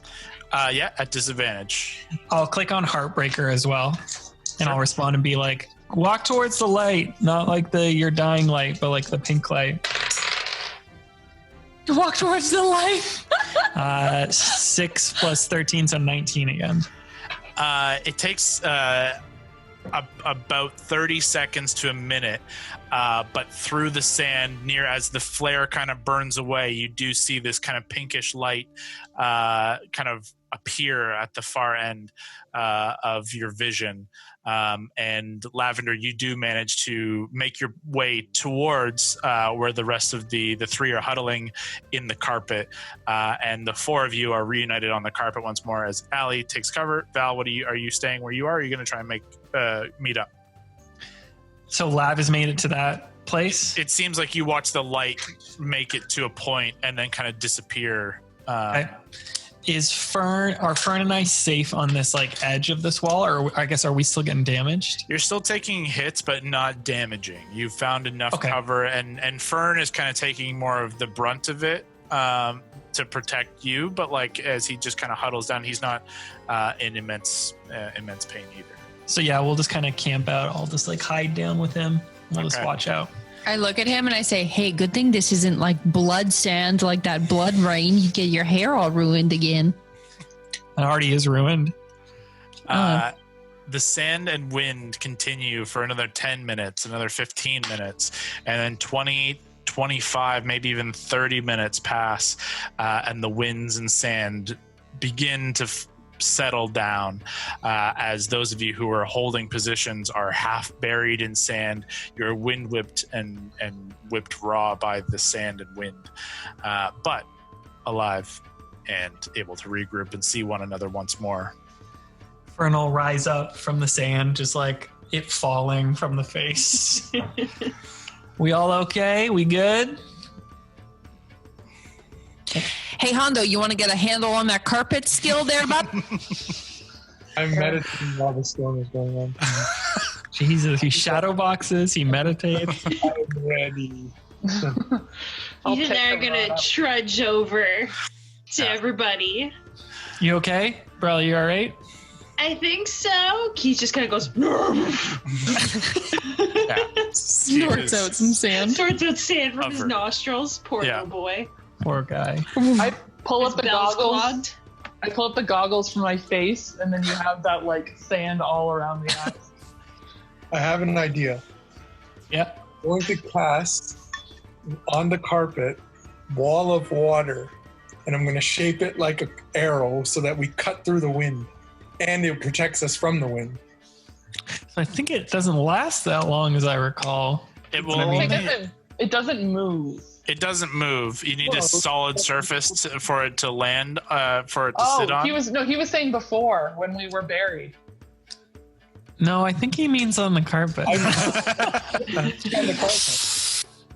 So it's not moving, it's stuck on the carpet. Wait, to like just right now where you guys are standing, or as you guys are traveling? When we're traveling. Yeah, the carpet can't carry the wall. Also, the wall would fill the carpet, so everyone on the carpet would drown except Which feels right. Feels right for a game. A little mini one. Unfortunately, the wall can't move. It has to be a stationary position. It's a cool idea, though. Yeah. It might be a good idea if we get hit by another sandstorm to like help us bunker down. Yeah. Yeah. That would have been a good move, but now you thought about it for the next one. However, about an hour's time travel by the time you get out of your sand-covered area, recoup yourselves, get some water and some rations. You find you are now running low on water. What time of day is it right now? Like, should we short rest here? You guys are hitting about noon. Yeah. So why don't we short rest here and figure out what we're going to do? Okay. If we can get the tree up, we can at least stay out of the sun a little bit. Sure. And then tree. Yeah, you guys get yourselves a little bit of cover. Roll a short rest thing. Yeah. You guys are going to take an hour rest? Yeah, I think so. I think just to get through the heat of the day, and then we'll just travel like a little bit later if we need to. Well, that would be more than an hour. If you want to try and dodge the heat of the day, that's like 4 hours. You're at noon right now. So why don't we to 4 is going to be like noon to 4 or 5 is going to be like the hottest time. If you were to wait that out and then travel towards the cooler hours and into the night, then that's more avoiding the heat. Waiting an hour is just a short rest, and you'll still have to deal with it. Yeah, I feel like that'd be dope. Why don't we do that? Fern and I don't need a rest. We could just try and find, like for an hour, we could try and go hunting, see if we could find anything. Sure. I'll come with you. I don't need a rest either. Sure. I have the bow. Roll. We need to figure out our water situation as well. Sorry, we were low on water, not food, right? Yeah, but I mean, it wouldn't hurt to hunt anyway. Maybe we can find some cacti or something if that shoots around. I don't know. That has water. Why would we eat a cactus to try and drink water? There's water in the cactus. They're plants. They store water. I don't Whatever. buy it. I'll show you if we end up finding one. Anyone have any other ideas for water shit? Oh no! Instead of some sort of aerodynamic water wall carpet, do you think we could try and drink out of your wall? Then I will give it a go. We can only do it once a day, so we might want to like set up like some sort of way to capture it. Yeah, we can try to set up a well, I mean, everyone literally just reaches out with their fucking canteens and shit. Yeah, it's not such a bad idea. And tries to scoop it out, and we drink as much as we can. We can wash some of the dirt off us. Just kind of run in and out of it like a sprinkler. Like a sprinkler. I'm just imagining like Keith like through a car wash. Oh. Just shakes after. Oh. Yeah, let's do it. We'll try that first. Do you want to do that? Are you okay with that, Hondo? I'll do it. Wall of water. Do you use that symbol to cast wall of water now? I like it. Me too. Hondo conjures up a wall of water granted him by his natural Triton abilities. And in the middle of this, you kind of pull away from where you were initially landed from the sandstorm and try and find just kind of a rocky area to set yourselves up beneath the tree. The wall of water springs into action, a 30-foot long wall of water. That is a hefty wall. And you easily can fill your canteens and more and clean yourselves off quite well. How long does it last? Like, do we have a good amount here? You've got 10 minutes. Oh my god, 10 minutes? Yeah, let's fill up. Like, I am gulping water. Wait, is it salt water? First test? As you take a sip, it's a little sandy from briny? just like the sand hitting you, and like it is kind of, some of the sand is kind of drifting up from the bottom, but it is otherwise cool and fresh. Perfect. Okay, great idea, Hondo.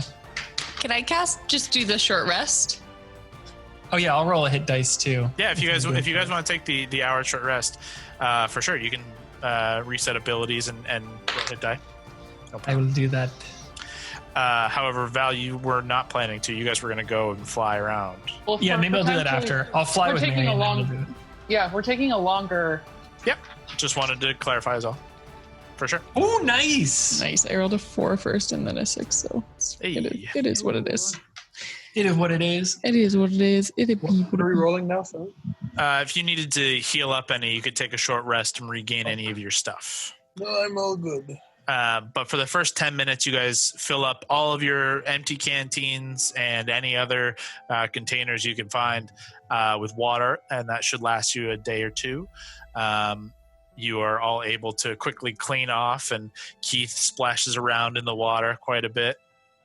He now stinks quite bad, but He'll dry quickly. It's hot. he'll dry. Does anything else get attracted to the wall of water? Over the 10 minutes of its cast, you don't see anything on the horizon. You don't see anything immediately kind of approaching it. And just using everyone's passive perceptions, you guys have found kind of a bit of a rise up just to kind of get up and out of this little valley you're in when the sandstorm hit. You don't see anything. You don't see even birds flying in the sky above. You don't see any signs of wildlife or plant life in your direct vicinity. It is eerily quiet, save the sound of wind, and you can hear the faint rumble of thunder off in the distance. But maybe Mary and I can go scout while this is happening. Sure. Yeah, I don't think we're gonna hunt, but I mean, how far high up can we get? Safely. Yeah, that's what I'm thinking. We'll just fly up and do like a quick little high as we perception fucking round. can. Yeah. Sure. As the two of you take, you're gonna both ride Fern then? I think that'd be easier. Yeah, that's my plan. Then either one of you can make a perception at advantage, or both of you can make perception checks. Let's both do it. Sure. That's the fun one. And Gord, you are halfway through your day's reading. You are at 75 of 80 hours. Oh my god. Oh my gosh. 28. Ooh, I got 25. We rolled good. Hell yeah. I am perceptive. I want both of you to make. No, it's fine. It's fine. You're not going to be out that long. Thinking for like exposure to the sun. Do you need con saves? I don't think so. It's fine. We got cloaks. No, you can't, Brock. I put sunscreen on. SPF 100 for Valentine's skin. Yeah, you'll have to invent that first. You guys take 10 minutes and travel as high as you can on Fern, and you watch. You make your way through some of these low-lying cloud tops that almost indicate storms heading in your direction, and you can see the storm on the horizon far off is beginning to grow as well. You watch these large, dark, black and purpling clouds grow and spread a ways off in the distance, but nonetheless they are growing, and you hear the sound of thunder and the odd lightning bolt strike further off in the distance. But nothing seems to be getting close to you. Even by a full night's rest, you think you'll be fine. Maybe by the time like midway through the evening, it might make its way to you. However, your quick fly up into the air, you get a couple 100 feet up, and as you both scan as far as the eye can see, you see very little. Honestly, you see a lot of barren rock and sand. You do see the odd sign of vegetation, and maybe like every now and again you see like a small pool of rainwater that you see glistening in the sunlight.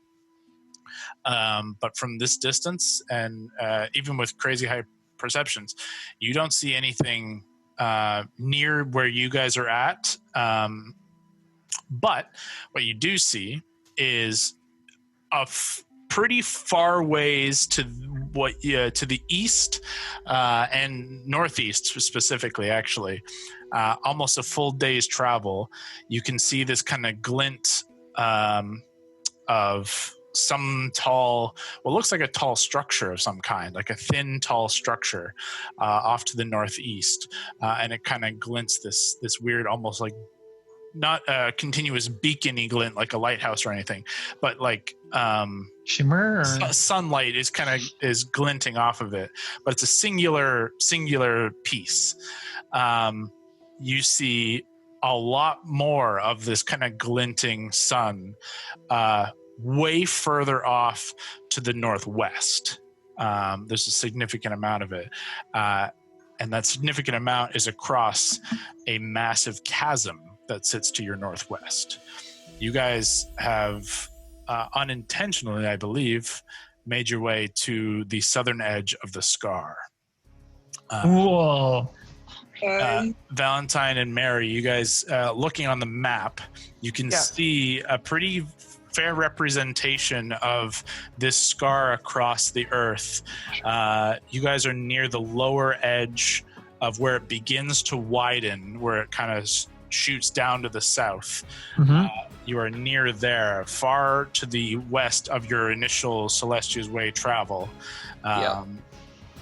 Just to reiterate, you said, just in case you misspoke, but maybe you didn't. So northwest is like the shimmery. Well, there's land. two. There's two, because there's like a city-looking thing north of the scar, and there's a city-looking thing east of the scar. That was my question. Did you mean to say northeast and northwest? Did I not? Yeah, I thought he Yes, did. but I didn't know if you meant like they were all in the same spot. I just wanted to make sure. Okay. Two different things. Okay. So to the northeast is a singular thing that kind of glints in the sun, and it is like I'm using the term beacon. It's not a beacon like but like something is there, and you see this kind of glint. But on the north edge of the scar, on the north edge of the scar to your northwest, and technically more to your direct north and northwest, you see this significant glint as you guys get higher and higher into the sky. It does seem to be also roughly where the thunderstorm is growing atop. Yeah, that feels right. It feels in line with some of the things you guys have been hearing about your ultimate destination here. I'll message Mary, because I assume it's kind of loud up here. Is it still windy? It's not so bad. You guys could probably talk. Looks like we got to be storm hunters. Oh, God. Sponsored? There's an inside joke. Brandon, perilous pursuit of that storm. I think it doesn't look like we're even close to where we were initially trying to get. I don't think we're going to be able to get over that chasm. We're going to have to backtrack. No, we go headstrong. You're not here, Hondo. Sorry. I can hear him, though. I could hear what he would say. This is just Valentine and Mary scouting. We could fly over this. How far across the cavern does it look? Like how far does the actual scar look across? Yeah, if we wanted to go from one side to that side. Couple kilometers. Oof. Couple But we could fly that, right? Through a storm, though. It is a significant journey across. It can be done, I'm but nervous. you also have 2 of your party who are not flying. We don't have a way to do that. I mean, we do, but there's no fucking way to get Keith across that. Yeah, polymorph. But it is super dangerous, you're right. And it only lasts an hour. Like, we might not. At the very least, we should try to get to... We have to head at least a little bit east. Maybe if we're going to cross it, we should just try to get to, and I'll point at the map, this area where it's at least a little thinner. Is the tower across the scar just as much? The beacon, I'm The going to beacon, heavy quote. quotes. The beacon looks more, if you look on the map, Yep. towards the, I don't know, this weird square and towery looking thing between the words Celestia's Way and Wayfarer's Road. Oh, okay. Yeah. Yeah. So we could head over there I with sent a Snapchat with a "We are here," if anyone is confused. So we could head. Let's fly back down and tell the group so we can have a group chat. Sure. It's just, you guys traveled a fair way, so there's a little ways travel back, but you find your group easy to find because it's beneath a giant fucking tree, in the middle of a barren desert. Is it always like this when you're up here? Yeah, it's the best. Why do you wish you could do stuff like this? It's just quiet. You remember when I said I like to find height to give myself perspective? I think I found my way to get a little higher. Yeah. Hey, if you ever want to take Fern for a spin, he's more than happy. No, I'll leave him to you. Or Laugh could just send you up flying. She seems crazy, so she'll do that. Yeah, it's true. Speaking of, A little ways into further travel, you guys return to the group, and I'd say 2 hours since you began the short rest, you find yourselves now beneath the tree once more altogether. I will relay everything about here's where we are and here's where this thing was and we saw this and pointed all that. I believe, like in game, you have this map, right? So you can point it to everybody, exactly. and show everyone specifically on the map. We're gonna talk. So Wildcards, we're here, just like Mary said. There's like a sea of glass maybe over this way. We'd have to go over the scar.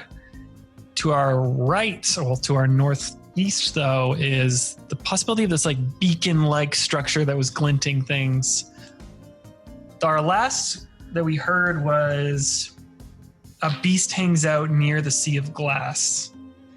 I think whatever's doing this storm could be the beast. I think the beast could be within this storm. So, Really? I think it, from what the stories we've heard about the scar, it just sounds like that's the scar.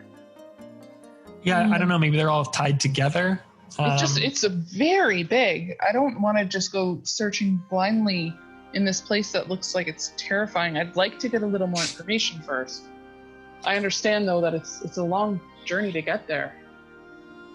It's just I don't want to waste our time. That's all. We don't have a lot of it.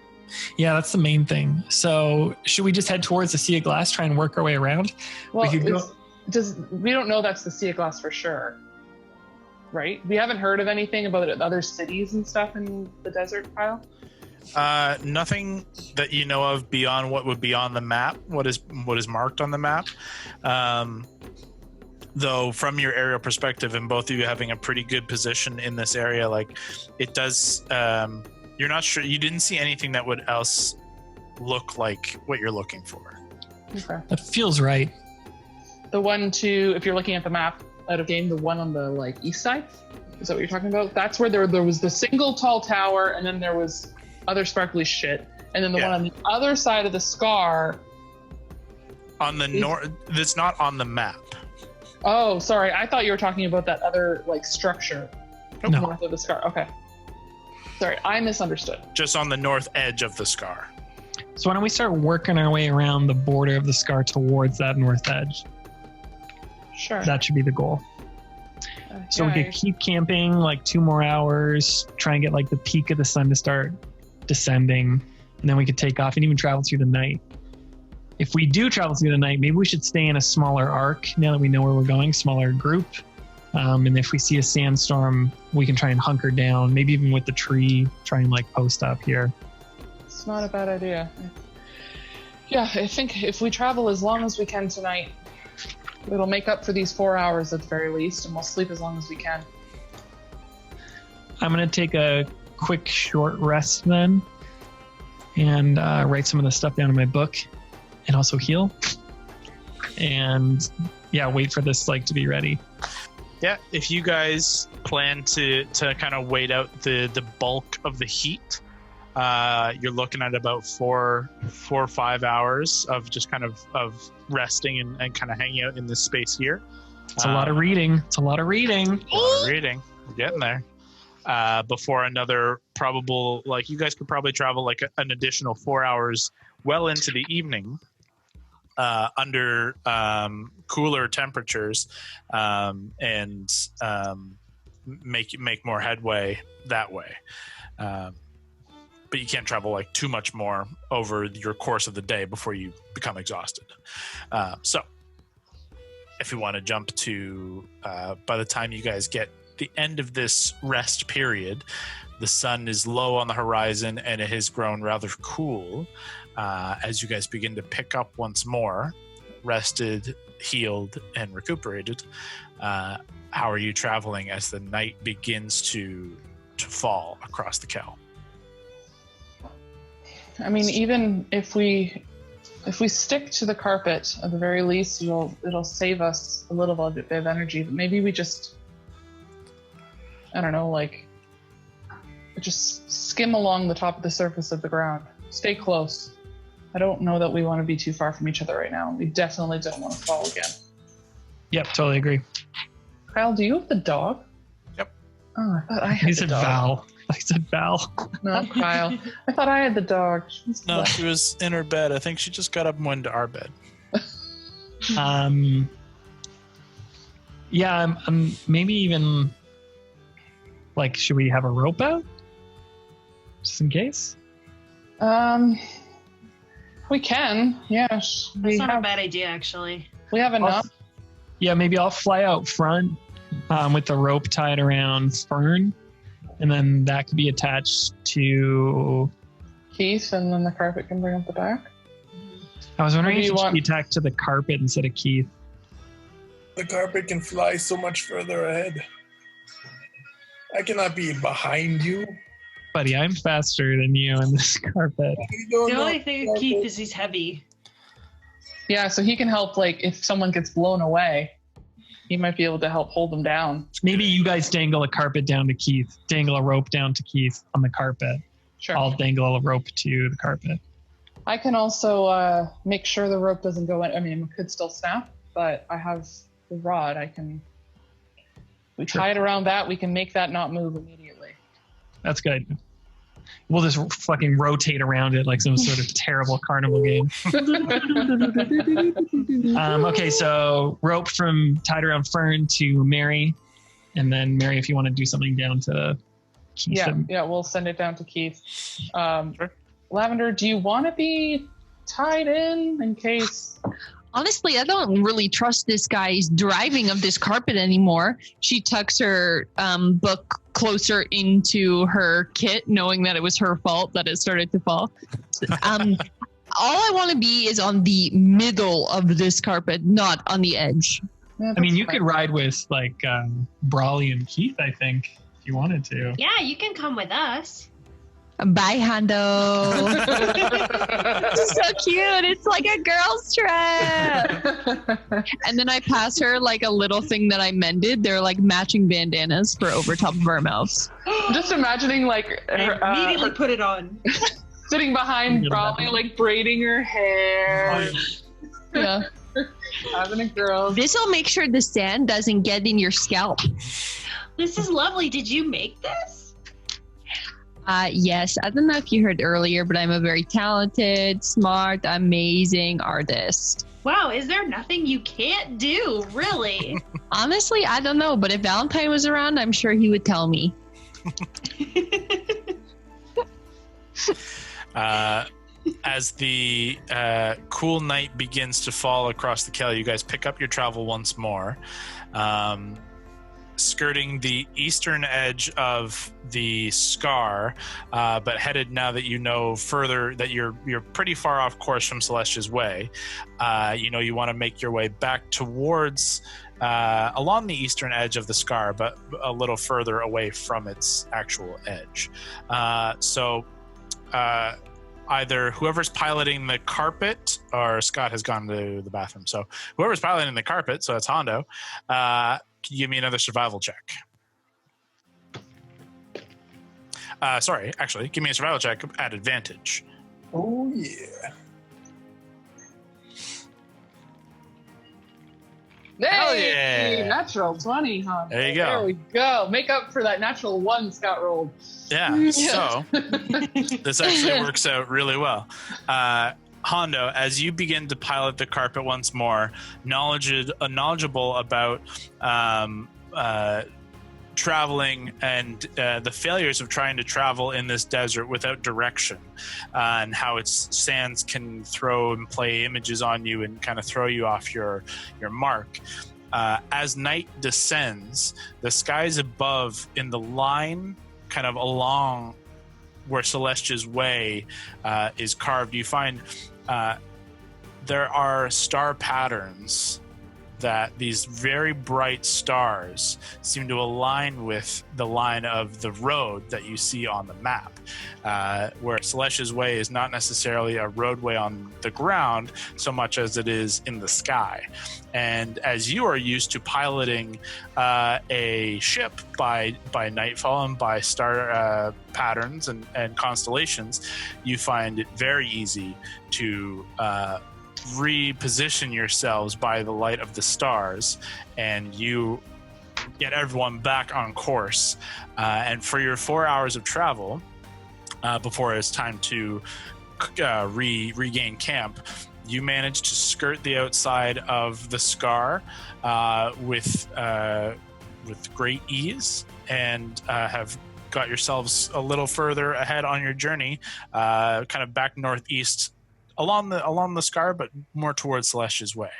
And 4 hours of travel, you guys once more don't engage, don't find any sandstorms, no enemies, no monsters kind of growing out and around the sand. A quiet travel. As night continues to get a little darker and a little colder, you find need for rest and camp once more. The heavens are guiding us tonight, my friends. You guys settle in, kind of. Well, you're not exactly sure on the map necessarily, but you've traveled northeast of your former position in a solid direction by Hondo. As you settle in for camp once more, is there anything you guys are doing as you settle in for camp? I think I'm good. Yeah, I'm assuming, Kyle, if I wanted to do, I should have done this as a Platinum Sanctuary because I'm stupid and I forgot. If I wanted to do any, arrow shit, I should probably have done that not in the desert. I still need some kind of work surface, even with these new tools, right? Yeah, it's going to be really difficult out here to kind of do anything. You can, but it's going to be a very high DC, and I don't want to waste materials. Yeah, a lot of things aren't going to be possible just given your condition, the conditions you're in. Okay, well, I'll just do general maintenance on all of my weapons and shit because they're probably. I haven't done that since we got in a big fight and almost died. For sure, easy enough. But I take out. Sorry, you keep going. I was going to say that's almost your natural state is just always to be maintaining your equipment and armor and everything. Yeah. So easy enough.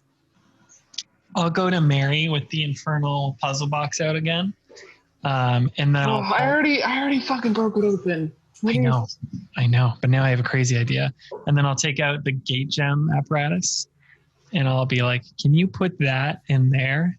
And then we'll put it back in the box, or then back in the bag of holding. It's actually not a bad idea at all. Will it fit? So it says that the gate gem apparatus. What do you think, Kyle? Yeah? If that's a nod, then yes. Yep, it'll fit. Yeah, I can try. That's not a bad idea at all. I don't know. I could still fuck it up. I think you got a good hang of it. I can try. Yeah, sure. That's a great idea. Is anybody else like just kind of weirded out that we haven't seen anything at all? What is? It is a little concerning considering how many times we've been told how dangerous this desert is. Yeah, like the deeper we get, the more eerie I feel. Lavender, what do you know about the scar? What does she know about the scar? That's a really good question. Well, Lav, you can make a history check, but even before prefacing this, you don't know much. 15. At most, you know of its like existence, and like everyone kind of has the idea of like its history. As these guys would have already known, this was a place, a historic battle known as the Reckoning. This was its kind of inception and final position in which many years ago, Tharizdun, the chained oblivion, tore through the plains and broke through this boundary that binds the outer planes away from the material plane in which you all live. This scar is a remnant of the battles and of his actual like tearing through, this physical manifestation of the tearing through the plains. Beyond that, like you just know it's always kind of talked about in like hushed tones of a historic place, but a dangerous one. But you know nothing more than pretty typical information like that. So I tell her that. Okay, I would explain anything that she's missing from in terms of what we heard about the battle here and about how it's like this weird, like almost magnetic magical center and everything else we've heard about it, which I'm trying to flip through my notes to figure out what that is. But we also haven't talked about this in a while, so if there's anything else I'm forgetting, let me know. No, I mean you guys have learned that it is there is this definite strength of arcane power within that you were told about by from former ally Raymond Borales. Bless you. And you know that there is definitely something sinister at work in the scar, around the scar. It is talked about and has kind of been mentioned in passing with a lot of different interactions with you guys in terms of this power and its connection to these gate gems that you've come into contact with, and you're not sure of its direct connection, but it is always talked about in connection in some way. Do I know about any like inhabitants of this region from where I live or anything like that? Yeah, you would probably have the same idea as like the spots on the map that are place names. You would have either traveled through in at some point in your like nomadic kind of travels, and you would have passed kind of through the outskirts, but you would never have traveled through like the center like this. At most you may have taken like up along like the oasis on the Wayfarers Road kind of north and skirting around that way, or more likely like passed along the east, the western coast, kind of taking up along from like Marrakesh along to Redmore and up towards Durnhold and then up towards Haverfeld where you ended up being, but like fringe more than anything. Okay.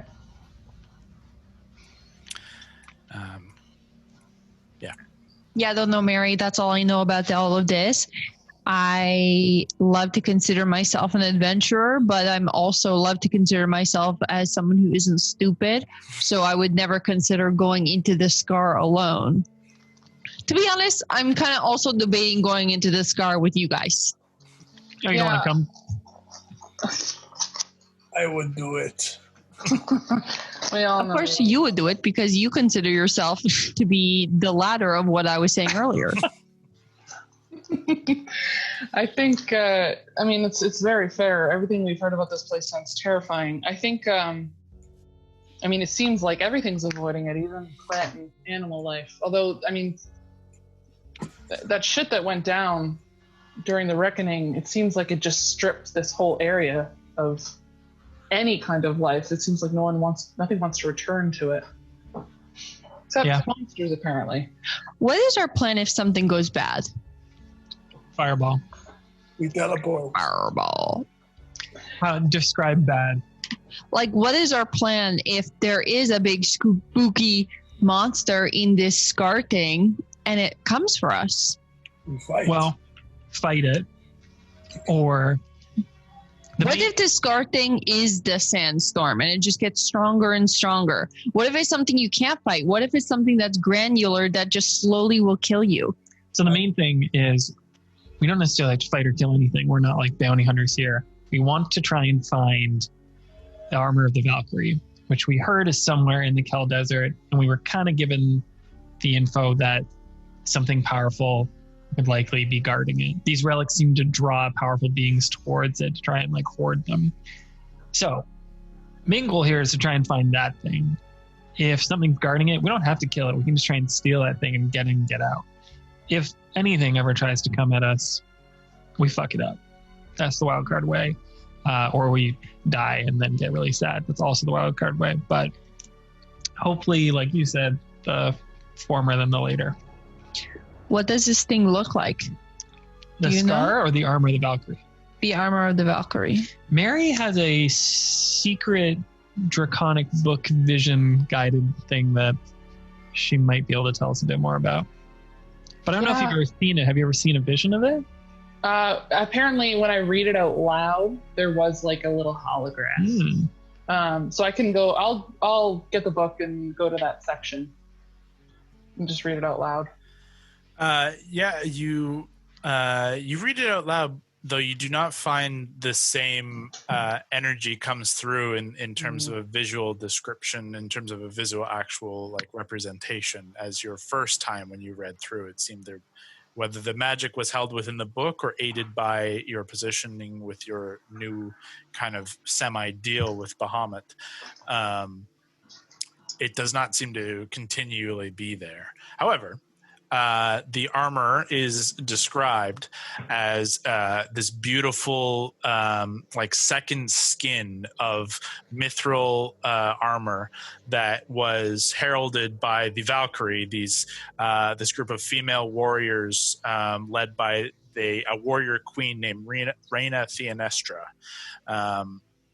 They favored speed and agility over brute strength, and were often seen in charging into battle atop mounts and wielding rapid blades, bows and arrows, and were a force to be reckoned with. But this armor was this beautiful, like I say, second skin of brilliant, mithril, platinum-looking plate. Anyways, what I really want to know is finders keepers. Oh, sorry, you want that? I mean, I wouldn't say no. So what we were told by, kind of got this gist from Uth, that some of these relics kind of are calling to us in ways. Whisper, it seems to like Hondo, which baffles me, but it's gotten an attachment to him. It's dark like my soul. That seems to fit. He's also fairly stabby, to be honest. The dagger seems like the only thing that would make sense in this list. Stabby. But as Hondo hopefully just revealed to us, that dagger seems to like him more now and is responding by giving him more power. And so if we can find these things and bond to them, like this armor seems kind of up Mary's alley. I think that would make her strong. We heard about one of these things. That's true. That's like a magical staff that a famous wizard Mordenkainen used to wield. You seem to like magic, but it's probably too much for you, so I could always take it. Oh my god, I'm so sorry. I stopped listening halfway through that. I was just picturing Mary in this really badass thing going into this fight. What were you saying? Nothing. There's certain things like there's another one that's like a belt of like Tempest Storm Strength. That sounds like brawly. There's like fucking huge hammer in there. Near Verdancia, there's this Warden of the Fae, which had like leaves and flowers. It sounds pretty dope. I'd look great in that. I think that gourd would look great in that, to be honest. I mean, Okay, wait. gourd So what you're telling me is that we had to find all of these things. Yeah, No. I think. Well, we Well, don't I have think to, in a theory, we bunch. don't have to find all of them. I mean, you were there. You saw what we faced with Raymond and Egoth. We can't face them again as we are. We need to get better. And when we came back from, it was before you joined us. When we came back from the Abyss and we met Uth, he told us about these, what are they called? Relics of the Fatesworn? No, like it was trials. These 3 trials, and the first was to retrieve at least one of either the Plate of the Valkyrie, the Stormbreaker and Tempest, the Fey Warden, or the Mantle of the Phoenix. Mm-hmm. One or many. But I mean, that's our next step regardless to whatever the fuck these trials mean. But at the very least, we need to be better. Unfortunately, these things are guarded by some kind of creature. I'm with Valentine. I don't think we need to completely defeat them. If we don't need to, if we can get in and get out, that would work fine. But things tend to like to fight us. All right. Well, I feel like that's reason enough for me to do this. Great. So when do we leave tomorrow? What time of day is it now? I think that plan of maybe... Yeah, what time of day is it actually? That can kind of depend. It is no longer day. You are well into the evening. You're well into past sundown, like nearing, I guess, what time did you guys travel? Noon, you rested for there. Yeah, you're approaching 11 or 12 o'clock. We could rest now, get up you're around... later than that. You're definitely 12 o'clock. Sure. Yeah, because we said we were going to take that extra 4 hours. Yeah, you traveled from like 7 or 8 o'clock on to about midnight, 1 o'clock. We could rest now, maybe get up around 8, travel a bit more. We could actually just press on, like, fuck it, we got to move quick. So, like, we could have, like, 8 hours, we could rest, and then we could risk another, like, sun-baking day if we want to keep moving. Let's just see how it is. It depends on how close we end up needing to get to the scar, to get around this thing. It might not be hot, it might be stormy. So we're going to have to play it by ear, I think. But at the very least, let's rest now, rest as long as we can. We got a bunch of time in when it wasn't disgustingly hot. So yeah, whenever we get to where we're going, we have to be in fighting shape. Yeah. I agree, we want to push on. We want to get as much time in there, but we can't get there tired. It won't do us any good. I'll take first watch. Okay. You guys settle in once more to sleep. It is cooler now. It is more comfortable to sleep. And as Valentine, you sit up once more for watch with Fern. Gord, the book is done. Oh, shit. Oh my god. You reach a point in the book in which your understanding of its purpose and your essence and its tie to one another in a way that is innate. There is an innate connection, and where this like faint cool has crawled over you as you've been slowly attuning in closer and getting more in tune with it. This thin shard, like an icicle, pierces your mind, and it spreads across your whole form, beginning inside your brain. You feel this like icy cold kind of creep over you, and as every inch of it kind of continues over your body, you feel new pathways open. You feel new energies begin to surge within you. You feel all that you've learned as you've been reading come to fruition in a singular moment. And we're going to take a quick break while me and Rock figure out what all he gets from this. And I got this like a racehorse. Oh boy. Oh boy. My good gracious. So, oh God, what happened? Last we left off, Valentine on watch, the rest of you falling into sleep under the cool night sky of the Kel Desert after a lengthy day of travel. Gord, the attunement completes with the book, and as I described previously, that like ice pick in your mind solidifies and just encompasses your whole form, and you fall backwards in your bedroll and just kind of lay there for a moment, just as your body just like lets everything sink in, and you feel these changes, you feel these alterations to like your core. And it's weird to have such like an awareness of something out of your control within your own body, and it's like a frightening change, but one that you are on the precipice of greatness. You can feel this surge of power through you and energy, and it feels good. You feel strong, and you slip into sleep as these changes take place, and your sleep is one of emptiness and black. Silence just kind of hangs over your dreams and slumber.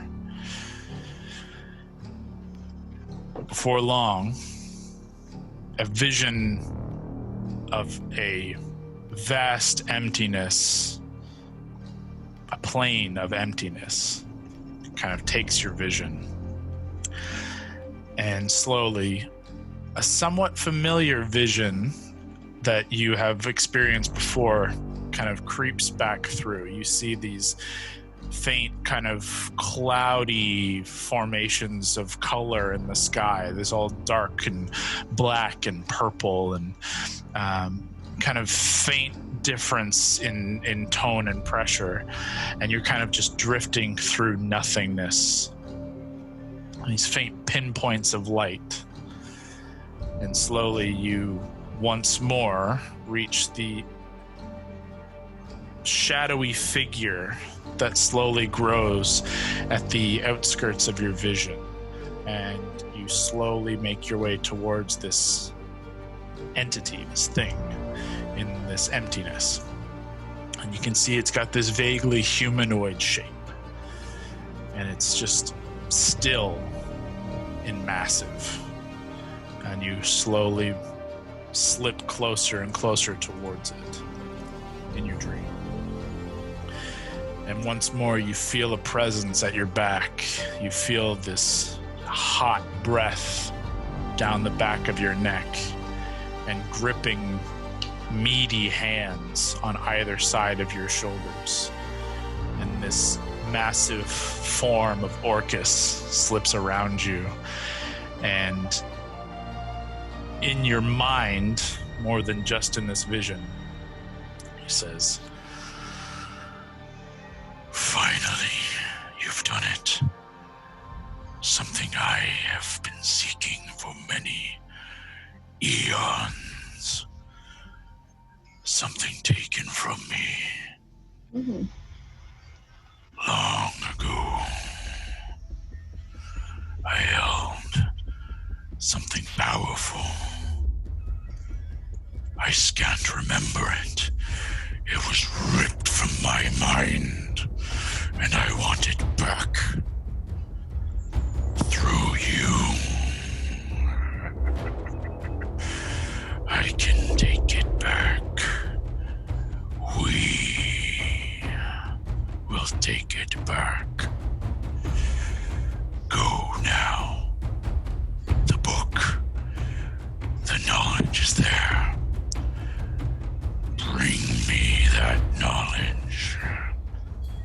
And you awaken, slick with sweat.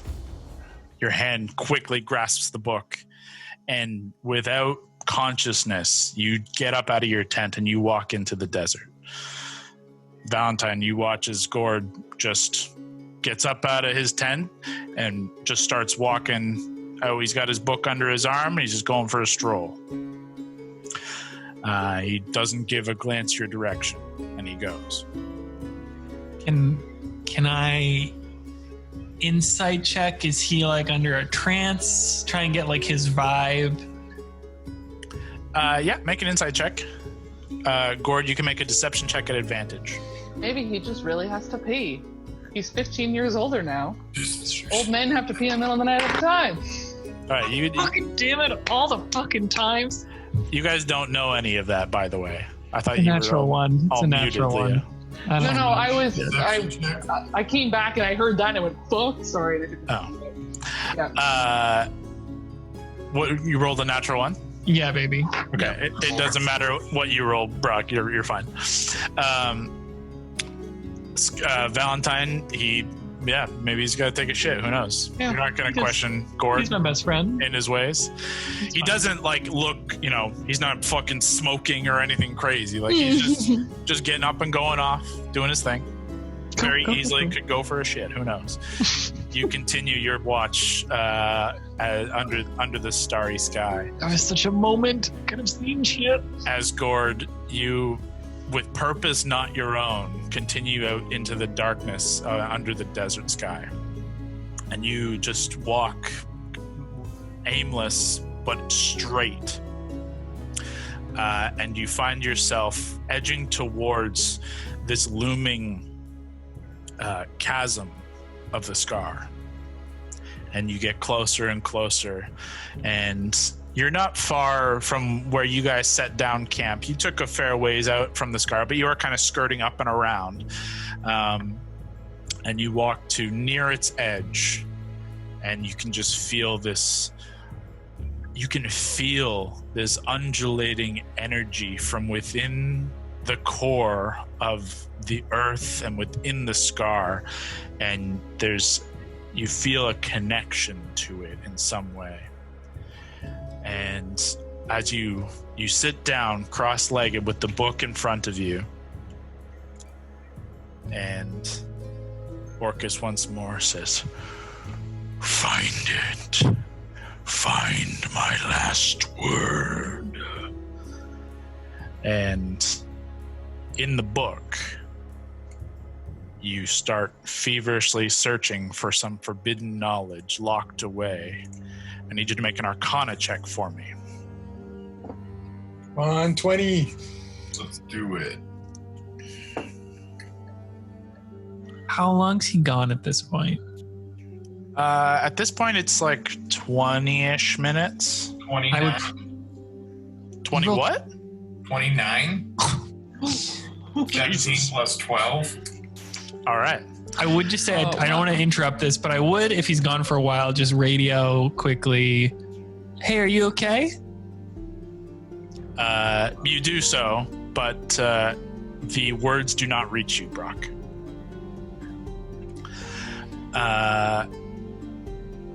Gord, the knowledge comes to you rather quickly, rather rapidly. There's a passage, I'm not going to read verbatim what it says, but there's a passage of a great entity known as Tenebrius, who long ago found divinity for a short time, attained this divinity, and became a god of darkness and undeath. Just immensely powerful, and with spells, magic, dark magic beyond any of that any other entity has ever wielded. This Tenebrius traveled the plains in many forms, slaying gods in the quest to gain more power. The ultimate goal, to slay all gods but him, to be the one and only, the most powerful, and then bring death to everything else. Tenebrius, as you read and you see flashes of this figure lost in this void of the far realm, the astral planes, somewhere beyond the material, you see this form floating dead in whatever plane this is. You see the dead god, Tenebrius. Orcus, once more in your mind. Yes, Tenebrius. That was my name. That is the power I crave. More. Where? How? Now. Make another Arcana check for me.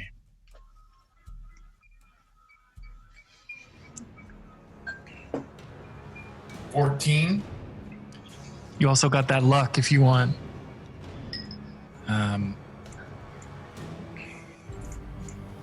I'll try luck. Okay.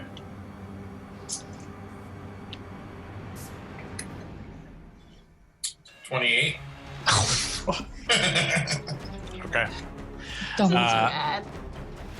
Once more, you flip through the book, and guided by the luck granted you in multitudes of forms and spurned on by Orcus, you find more information. You find Tenebrius was indeed a former form of Orcus.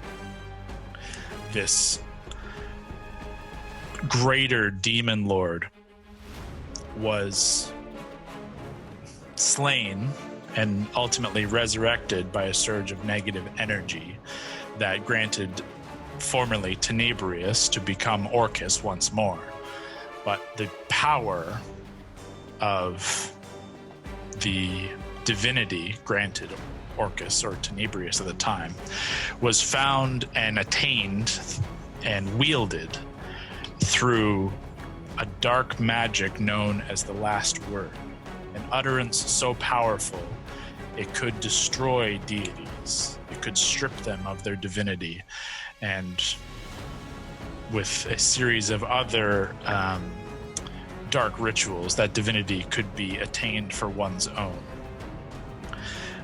And it was Orcus who crafted, or it was technically Tenebrius, who crafted this Last Word, and its knowledge you find when he was slain by all gods simultaneously. That knowledge was stricken from the weave of fate and time. It was torn from the pages of history and torn from the minds of those who knew it.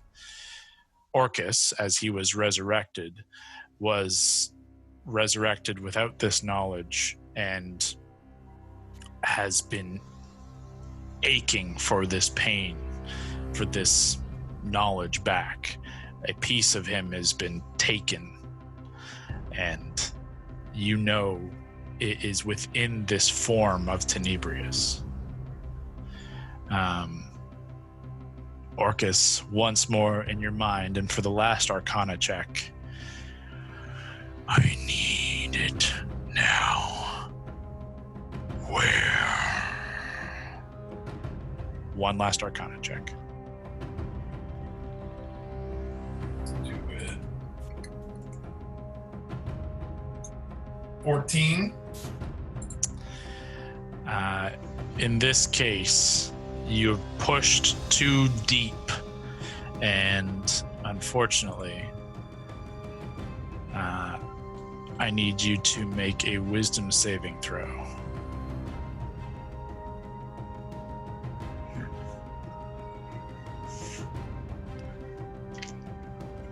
$24. That's a success.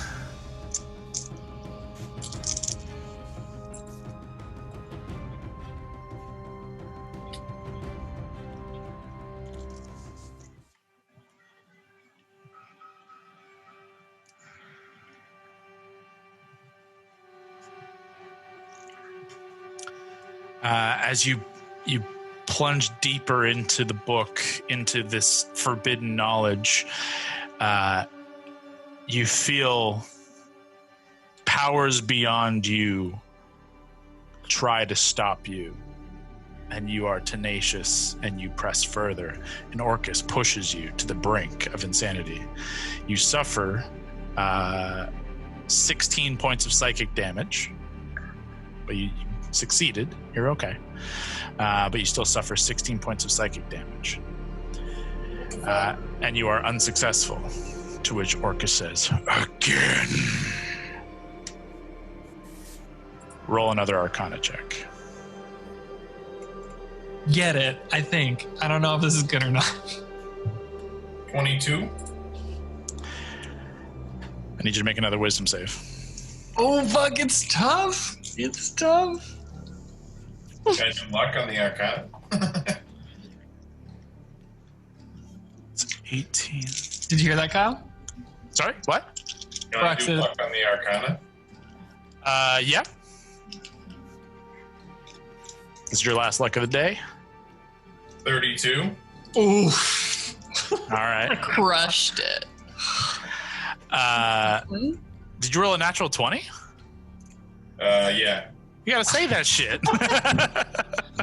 That's huge. That's fucking great. The calculated number now on the corner. Oh man. I know. I just click a button and then it just does it for you. That's clutch. I just put it together that your 12 is the Arcana, so it's got to be a 20. I just sent a screenshot. That's what it looks like. Damn, nice roll. No, that's cool. I believe you. I just realized it was a 20.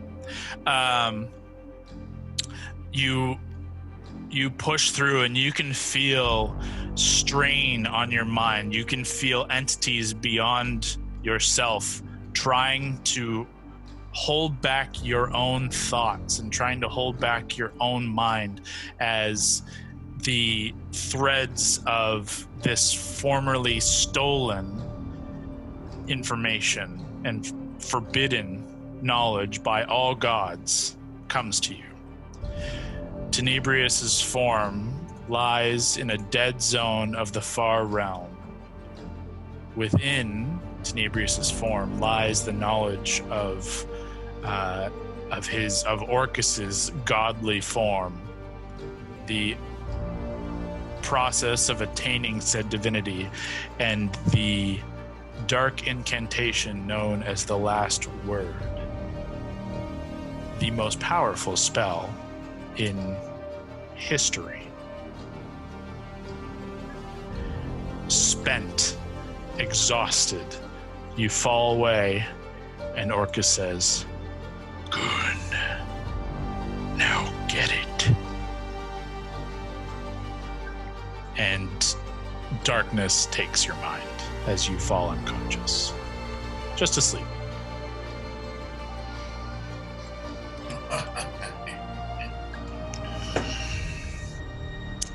Valentine, another half hour goes by and Gord hasn't returned. You're muted.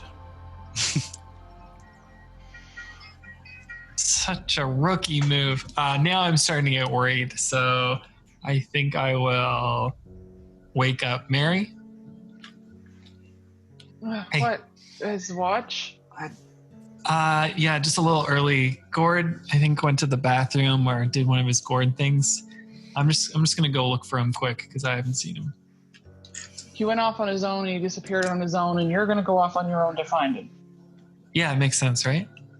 I smack Alana awake. Go with Val.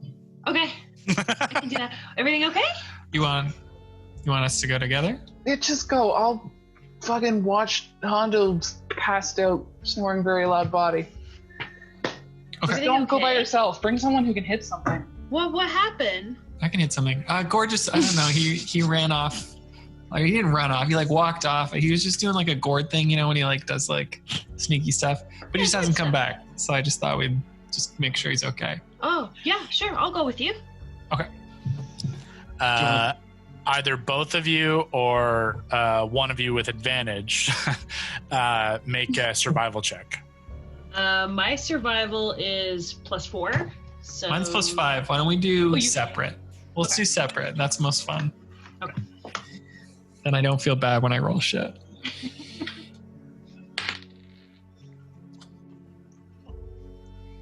Natural 20. Hey. That's You saw it go 12. 8 and then 20. It was I was like, oh. Her reaction is like, you don't know if it's a 1 or a 20 because it's almost the same reaction. I know. Yeah, that 20. The two of you head off. Valentine, you know the direction in which you saw him start, so you know where to start. And very quickly, thankfully to being in the sand and there is no current storm or anything, there is a very evident trail that you lose, that seems to get lost a couple of times, but you maintain the line. And for a fair while, the two of you walk out into the desert in the darkness, lit by the stars and moon above, though you can see on the horizon off to your, I guess, west, the growing storm, but it is not going to threaten you here. And after a short while of walking, the two of you do come upon Gord's kind of passed out form, maybe a few hundred feet from the edge of the scar. I'll do a perception check, see if there's anything like around. Sure. Yeah. I saw that. 18. As you kind of look around, you don't see anything necessarily. You see one thing you do see that is like, it just kind of sticks out as kind of weird. Around Gord and around the book that has fallen to his side, you see like 100 worms that are just kind of crawling up out of the sand and kind of tumbling over one another and just kind of just squeezing through the sand. And it just grosses you out significantly because it's gross. And you both, as you get to the edge of the scar here, you both feel this just wave of fear and just guttural panic kind of sweep over you. Oh. If we're not close to Gord yet, like how close do you think we are? I didn't want to get super close right away. I wanted to take like a little like look, make sure we're not about to be ambushed. You see his form from like, I guess, what's the edge of your dark vision? 60? I think that's what it is. Dark vision 60 feet. I feel like I've heard Gord say that many times. His is better now. Yeah, yours is better now, Brock. Yours is the enhanced dark vision. Is that in features? And... It should be one of your Eldritch Invocations, Devil's Sight. I think it says under where your passives are, though, what your dark. I'll whisper to Brawley. Dark vision, 60 feet. I think it's 120. I'll whisper to Brawley. Sometimes I really worry about Gord. Yeah, especially lately, he's been really off. He's been reading that book a lot that we found in the abyss. Do you think something's up with it? Above everything else, I truly trust Gord with my life. I think my heart says he wouldn't betray us, but I do worry about the dark things he dabbles with. Well, hopefully this is just a bad case of diarrhea. And that's why there's worms all over this book. But I don't know. We should take him back for sure. Yeah, this walk was kind of romantic before we found the like worms with diarrhea. So that's pretty. Oh, you think so? I mean, it's so nice out tonight, right? Like considering where we are. Yeah, like it doesn't have to be romantic. If you didn't think it was romantic, then it's not at all. It's just like too. Well, no, I wasn't saying that. I just mean like because it's where we are, what we're doing, right? Like finding board. Just getting our friend. Okay. He's getting our friend. Yep, he's looking great. Toward you, the sound of voices kind of carries and shifts you awake. Do you think let's make sure he's not dead. I think that's the main thing here. Yeah. He could have like shit himself to death or something. Well, I thought that's what all this was around him. The worms? I don't know. Like, Gord. What? Buddy, are you okay? I'll walk up to him. Where am I don't know. Were you sleepwalking? How did I get here? I don't know. You just kind of like got up and walked off into the desert, and I didn't know if you had diarrhea or if you were just wanted some alone time. You've apparently been gone for a while. You okay? Well, never talked about this before, but I was sleepwalking condition. What's it called? I'm very embarrassed by it, and I don't like to talk about it. Well, I mean, we're rare name that you wouldn't understand. Now I'm gonna put my hand on your shoulder and do a deception check on you. Yeah. You mean you're gonna bluff? Yeah, you don't need to put your hand on his shoulder, but yeah. But it helps. It certainly helps. It gives him advantage. I will insight check that, I guess. Yeah, if you want to actively insight check it, then you're. That's an 18. Oh. All right, yeah, I'll see if he's telling the truth because I am worried. Yeah, okay. Come on, Gord. I rolled a 25. Oh, fuck. Yeah. 17 plus 8. He's kind of just trying to figure out how to lie about having a sleepwalking condition. Okay. Yeah, I don't want to embarrass you. Like we all have stuff. So there's a bunch of worms around you. Is that part of this? Do you know what that's about? Yeah, I eat worms, and I'm gonna take my hand out and just scoop some up and eat some. Oh no, that's Ooh, I thought that was diarrhea. Are they covered in sand? Yeah, they are. That is commitment. In the desert, you gotta eat whatever you can. I guess so. Yeah, I guess. Ships, I learned to eat whatever to survive. like that's a lot of worms, man. I see that book's just lying. Are you done with that book now? Do you want to do a book swap?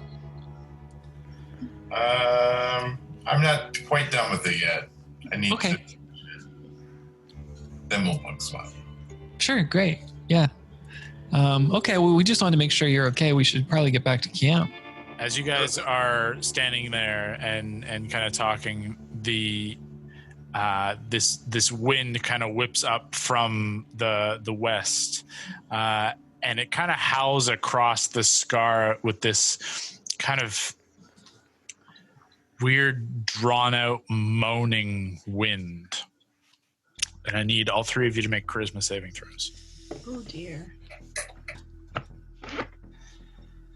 You all up or just them? Just the three of them who are This at the better be edge. good. Is this in any way a charm that's about to happen? An 8? Not particularly, no. Okay. Then I got 15. Brawley? 13? Okay. I need Allie and Brock to roll me a D100 or two D10s. It's a percentile die, please. Yay! This is never a good thing.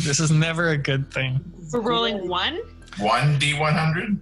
Either 1 D100, Brock, if you have that, or Allie, if you roll 2 D10s and decide which one is the 10 and which one is the first digit and second digit, essentially. Okay. So roll one at a time. That'll be easy that way. 4? Okay. Okay, I got a 7 and a 3. Okay. So 7 and 3? Yeah, so 73. Sure. And Brock, you... Oh, that's a weird one. Okay. You watch Valentine. You watch Gord, who was talking totally normal to you a moment ago, although lying and eating worms, just begin screaming, laughing, and weeping simultaneously. Flecks of worms are flying across you and Alana as he becomes incapacitated, screaming mad. Is anything happening to Brawley? Nah, she's cool. That could mean something later. I'm like, oh my God, it's okay. Are you, what the fuck just happened? We got to get out of here. Yeah. Would we hear this at all? You guys are too far away to hear this. Allie, as Valentine says, we got to get out of here. You just turn and walk away. You just start walking away. Which direction? Away. Not towards the scar, though, right? Not towards the scar. She started walking north. Can I talk? Yeah. Is that back to camp? Should we go back to camp? That's north. Back to camp is west. No, we got to go back to camp. No, I don't. I'm trying. I can't. I'm going this way, apparently. What's going on? Gord is screaming and laughing hysterically, falling to his knees. Can Alana just continues walking. How far is she now? Alana's walking speed is 30 feet. She's going towards 45 feet now. She's kind of midway. I would like to slap Gord across the face while keeping an eye on Alana. Okay, you slap Gord across the face. Any reaction? Gord and Alana, can you guys both roll me another D10? Man, good thing you all didn't.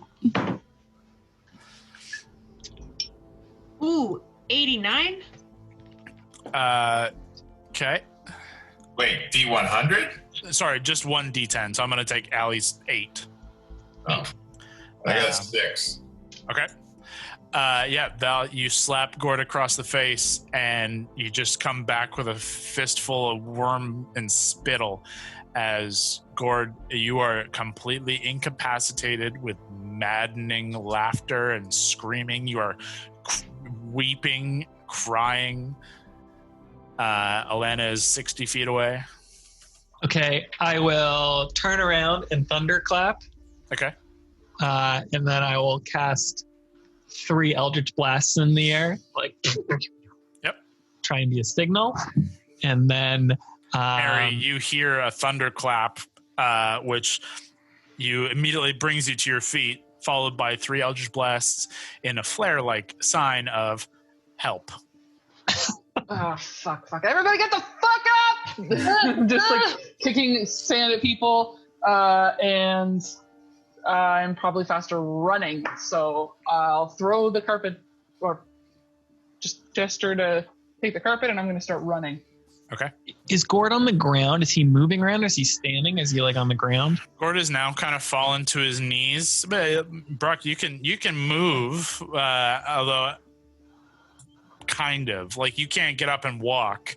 You are incapacitated with screaming, laughing, and weeping. And then I'll start, if he's just down, I'm going to start running towards Brawley. Okay.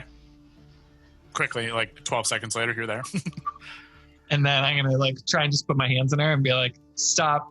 Allie, as soon as he says stop, you stop. Okay. Walk back to Gord with me. Immediately you turn around and start walking back to Gord. Okay. Okay. Start walking. Stay with me. Just stay with me. Okay. Alana sticks to your side like glue. Okay. Gord, stop doing whatever this is. Gord does not stop. Okay, that was worth a shot. I will send 3 more blasts in the air. You guys know you traveled a couple of minutes, so it's going to be a couple of minutes for your friends to make it to you. I am very speedy. You are very fast, but it's like you're still a couple of minutes of travel. We're not in combat necessarily. You know, if I how far? Just going to check out how far. Real quick though, Alav and Honda, are you guys waking up and following suit, or? Yeah. I'm gonna. I'll join later. Hondo, this will be remembered. Hondo rolls over and sees Mary take off into darkness. Lavender, you follow suit, and Hondo, you're having a good dream. Let's go back to that. What are you dreaming about? What's happening, Boo? Thinking about my ship, the floppy salmon, but it's full of women. Beautiful. It's just sailing the high seas. A reoccurring dream, to be honest. Coconut water, you know. Are we within 1 mile? I want to try and radio Fern to get here. Yeah. Then I'll ask Fern, just like summon Fern in my head, like, please come get us. Fern gets up. Fern would have been like awakened by the commotion, but would not have just taken off until you call. At which point, Fern flies at full dash speed, bursting past Lavender and quickly past Mary. Can I try to grab him on the way? Make a dexterity saving throw. I would like to say when he first takes off, he really just bats Hondo in the face with one of those wings. He bats him with one of the wings and kicks up 2 fistfuls of sand as he takes off. Yeah. Dex save? Yep. 21. As Fern flies past you, streaking low to the ground, you do the Legolas, grab the one side and flip up and around and land on top. Cool. She's the coolest. As you just burst past, well past Lavender. What the heck? Oh my God, Mary! All right, well, Sorry, I can't fucking control him. I guess I'll take this fucking goat. I go over, I look at the goat. Oh, yeah. We all forget about the carpet. Hondo's sleeping on the carpet. I can't lift his body off of it.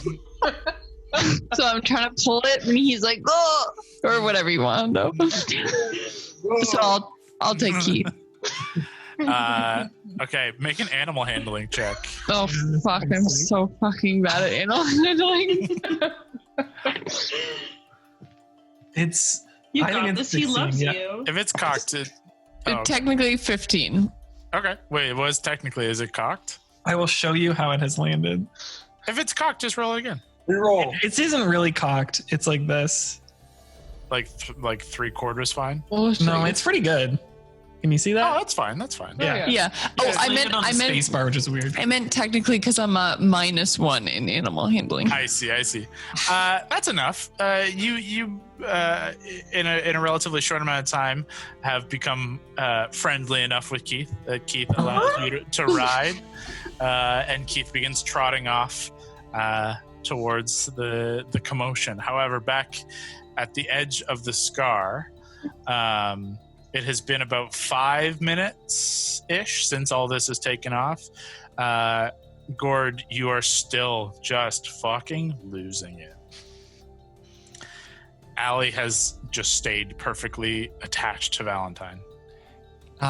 Help me drag him away from this if you can, please. Before he even finishes speaking, you've grabbed onto Gord's, like, beneath both of his armpits and just start pulling him.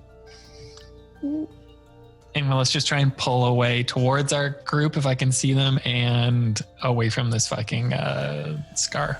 Yeah, you begin to pull away, and about 60 seconds from beginning to pull away, Gord, your faculties return to you. Ooh. At this point, Fern and Mary arrive, and Fern skids to a halt, sliding beside Valentine. Mary's like, bow out, like, what are we doing? What are we fighting? What happened? I love that. We were at the scar, and Gord went fucking nuts. Gord, are you okay? I don't know. You're not doing the crying, screaming, laughing thing anymore, so that's probably a good sign. That was terrifying. Hop on 1 foot, Brawley. Probably hops on 1 foot. Fuck. What's There's something wrong with. on? There's something wrong. Okay, stay normal. You're totally fine. Okay. Brawley stands perfectly still. Something's like some weird command spell has gone over her where she's super susceptible to what anyone says. Okay. I mean, I can try to help. I'll Yeah. take out the sword. What is this? What are you doing here? I'm not gonna. This can get rid of magic, right? Oh yeah. Sorry, it's been a weird Right. night. Okay. I'll just walk up to Alana and just like hold the sword, like flat end against like her across her shoulder blades. Sure. Like I don't know if this is gonna work, but okay, we'll fucking try it. Alana does not move an inch, and you expend the spell. You focus on its power, and you expend the dispel magic across Brawley. Brawley, you're still standing perfectly still. This desert is cursed. We need to get out of here. I think you're right. It happened when we were close to that scar, but yours is faded. I don't know if it'll fade for Brawley soon. Leave her. There's no time. You're so funny at night, Gord. What the fuck happened to you? To Gord? He said he was screaming. Gord, are you like Desert curse or something? oh fucking hell. It's fucking desert. I hate this place. Where's Hondo? Is he fallen victim to this desert curse? I don't know. I just ran. Where's Lavender? Oh, hey guys, how are you doing? You're still a fair ways off. Keith is not that Oh, fast. hey guys, how are you doing? What is she? Is she riding Keith? Oh. Brawley can't even turn around to look. She's just staring at off in the same direction. Brawley, you look, it's Lav and Keith. They're coming towards us. Isn't that nice? Oh. Brawley, immediately you look and you can't look anywhere else but Lavender and Keith. You're just staring, Where else is she? unblinking. Like, Whoa. Can I blink now? yeah, you can blink whatever you want. You can blink whenever you want. Okay. Oh my god. Alana, what if I just tell you that to do whatever you want to do for the next day? Do whatever you want to do. Okay. Nothing happens. That didn't work. Okay, great. Shit. I will take out Heartbreaker and just click it on. And can I just do a quick little perception reconnaissance on the horizon, see if we're being stalked by anything? Sure. That's good. That's really good. 18 plus 13 is, I don't know, 1,000. 32? 32? 18 plus 13, 31. Thank you. Yeah.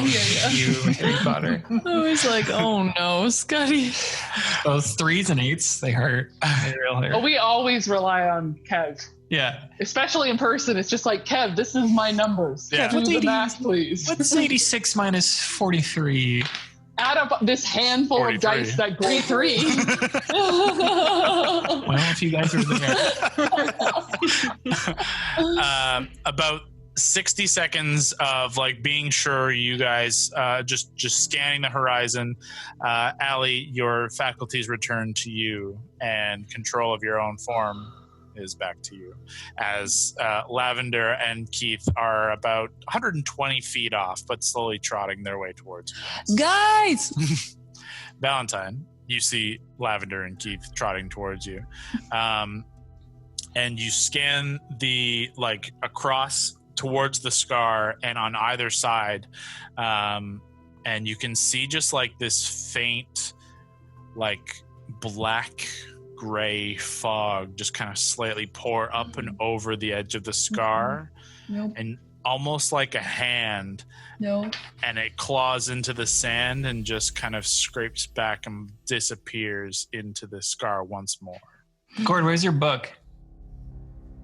The book was with you guys when Okay, Oh. thank God. I'm just going into Scar. Put it right here. I'm gonna put it in my bag of holding for safekeeping. Anyone else see that like spooky fog claw hand thing coming out of the scar? Did anyone else see this spooky fog claw hand thing? What's your passive, Mary? Where is it? It's only 16. I would say only Valentine saw it then. There's something bad in there. There's something real bad in there. Like, because you guys have moved a fair distance away. It's well past your dark vision, and like the only reason you saw it was because it was a high perception check. Well, you rolled a 30, like crazy. I think we stay away from this scar thing. I mean, nothing happened to us back at camp. Do you think we're safe that far? Yeah, except Hondo's probably been murdered. Yeah. What the fuck happened? Where's Hondo? He's so fast. How close is Lav now? She's with you guys now. It was only 12 seconds away. Lav, where's Hondo? He was doing these dreams. He was twitching really weird. I don't want to upset him. He had a really big fight the other day he lost. Do you remember? Against that old man? Yeah, against that old man. That was super embarrassing. By the way, that just reminded me we left someone alone. So we should probably go back there. Where the fuck didn't he go? All right, yeah, fine, okay. Also, what happened over here? Not a whole lot. Gord slept walked, and then he like woke up in this like pit of worms and stuff. But it turns out he eats worms. And then this like scary hand came out of this scar thing is creepy. Yeah. And then he was laughing, worms, crying uncontrollably. And then Brawley was like, some sort of weird. Okay, let's walk and talk, guys. Come on, let's get the fuck away from this scar. This guy's got the freaking gift of gab. Yeah, let's do it. We'll be back at camp and like as soon as you're done. Okay. I mean, you wanted to know, so I thought I would tell you. That was. Brawley, how are you feeling? Okay, great. I will jump on Fern and just take off towards Hondo. Okay. Without issue, everyone returns to camp. Valentine and Fern first, and you find Hondo with a smile on his face, sleeping. Dreaming of the floppy salmon. I will get up close and just do a pulse check on him. He's fine. Actually, kind of a high pulse, high heart rate. I will just gently tap him. Hondo. What? What the? Did you not hear my like cries for help? They had it handled. I had better dreams to take care of. Okay. I've had a very strange night, so I don't really know how to respond to this. So I'm just going to let you go back to bed and figure out how I want to. We don't all want to be in one danger zone. You're listening to some feedback, and I appreciate that. So I'm going to work on how I feel and then let you know later. It's good. We're working here. We're working. So it's a work in progress. Most of this is because you create our water. So I feel like I can't express how I truly feel, but we'll get there. Let it out. As soon as I get to Hondo, I kick sand at him. What the fuck, man? Jesus. I'm thinking of the group here. We don't. If we all go into a dangerous area, we all staying here means that I'm the backup. You went to. Okay, fuck it. Go back to sleep. I'll check the next fucking watch. Gord, are you okay? You all right to go back to bed? Oh, yeah, you okay, Gord? Feeling good. I'm going to go to sleep now. Thanks for the... Oh. Sure. You're so welcome. If you ever need anything, you want to talk about stuff, I'm always here, bud. Of course. You're my Maybe best friend. lay off the worms a bit. Hey, man. Business.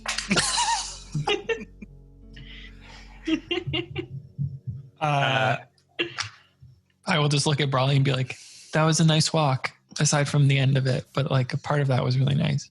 Yeah, it was really nice. We should do that again sometime when it's nicer and we're not in a terrible place.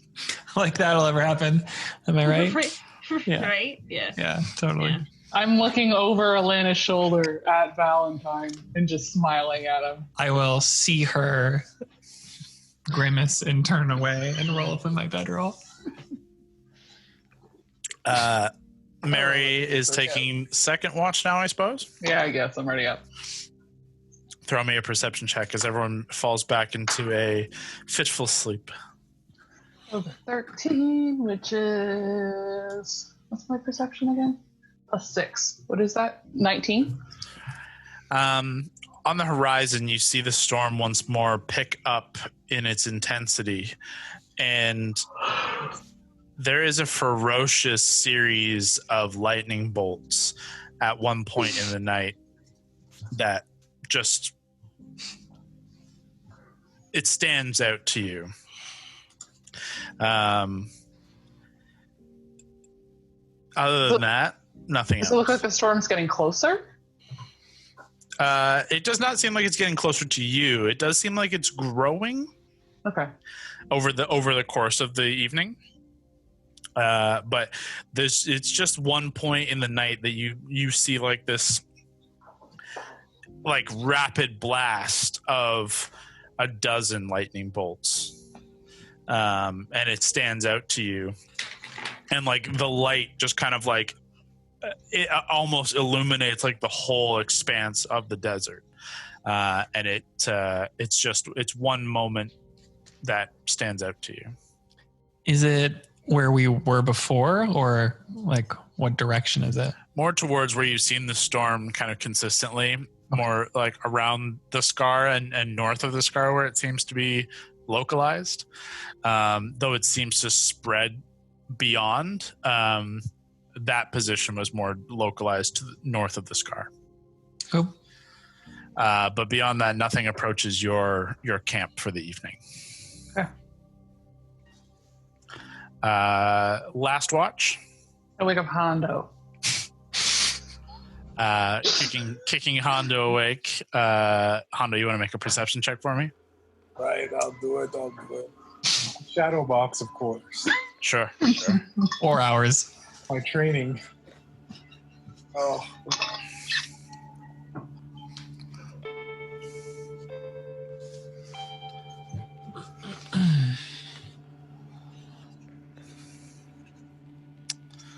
Cool. Your perception's actually, you really had good. a lot. So what's that total? I think it's 11. It's either it's 10 or 11, but double check for me. It's 12 actually. Ooh. Oh 'cause of yeah, that upgrade. proficiency bump. That's right. It's a 20. Oh, hello. Oh. Hello. All right.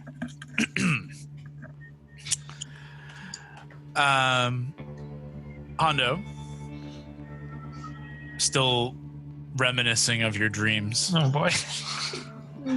And shadowboxing as you do, given any moment in time to do so. You spend the... You're a very naturally perceptive figure, just without even having to actively focus on it. And this desert has already bored you to death. You're already tired of it. This isn't fun. So you focus just on doing your thing. And you see the storm off in the distance, and it's growing, and it is impressive. And over the first hour of your watch, you watch as you're moving through your shadow boxing moves, you watch the storm edge in your direction. And another hour, the storm is nearly at your group, but it's not going to hit you yet. You know, you got some time. Near the point of the 3 into like the last hour in which everyone is like you're about to get everyone up, like you're feeling like this is about to come to the end of this journey, and like the sun is beginning just to barely crest, where things are just starting to go from like the dark blacks and blues to a pale light. You see something kind of shift in the sand along the horizon. I'm gonna stare at it for a minute, and I'm gonna start to move a bit closer to see if I can investigate. You get a closer, a better position. You get a little closer just to try and focus in on it, and you can see as the first glint of light coming over the horizon catches on something kind of shifting in the sand, and you can see like it's just kind of glinting off of what looks like a spike out of the ground. And then there's another one that just out of the sand, and rapidly you see this like trail of spikes erupting from beneath the sand.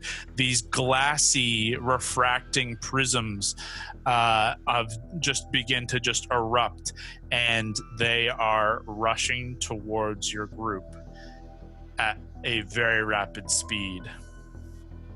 I yell, "Wake up, everyone! We're under attack!" As you holler out from around your camp, several more erupt, and you watch as this massive, like what was a thin line of sand shifting, this 20-foot wide just space of sand just erupts as you see a figure, a beast of lightning incarnate, a roaring maw erupt from beneath the sand. Sand and glass shards erupt around you, and this thing lunges to attack. And that's where we'll pick up next week. Oh, Holy shit. shit. Does everyone awake after that? We'll find out. Thanks for tuning in. Join us next time as the Wildcards continue their hunt for the Plate of the Valkyrie and pursue this lightning-imbued beast to the wondrous and dangerous Sea of Glass. There will be a new episode up every Tuesday, so stay tuned. But until then, keep exploring.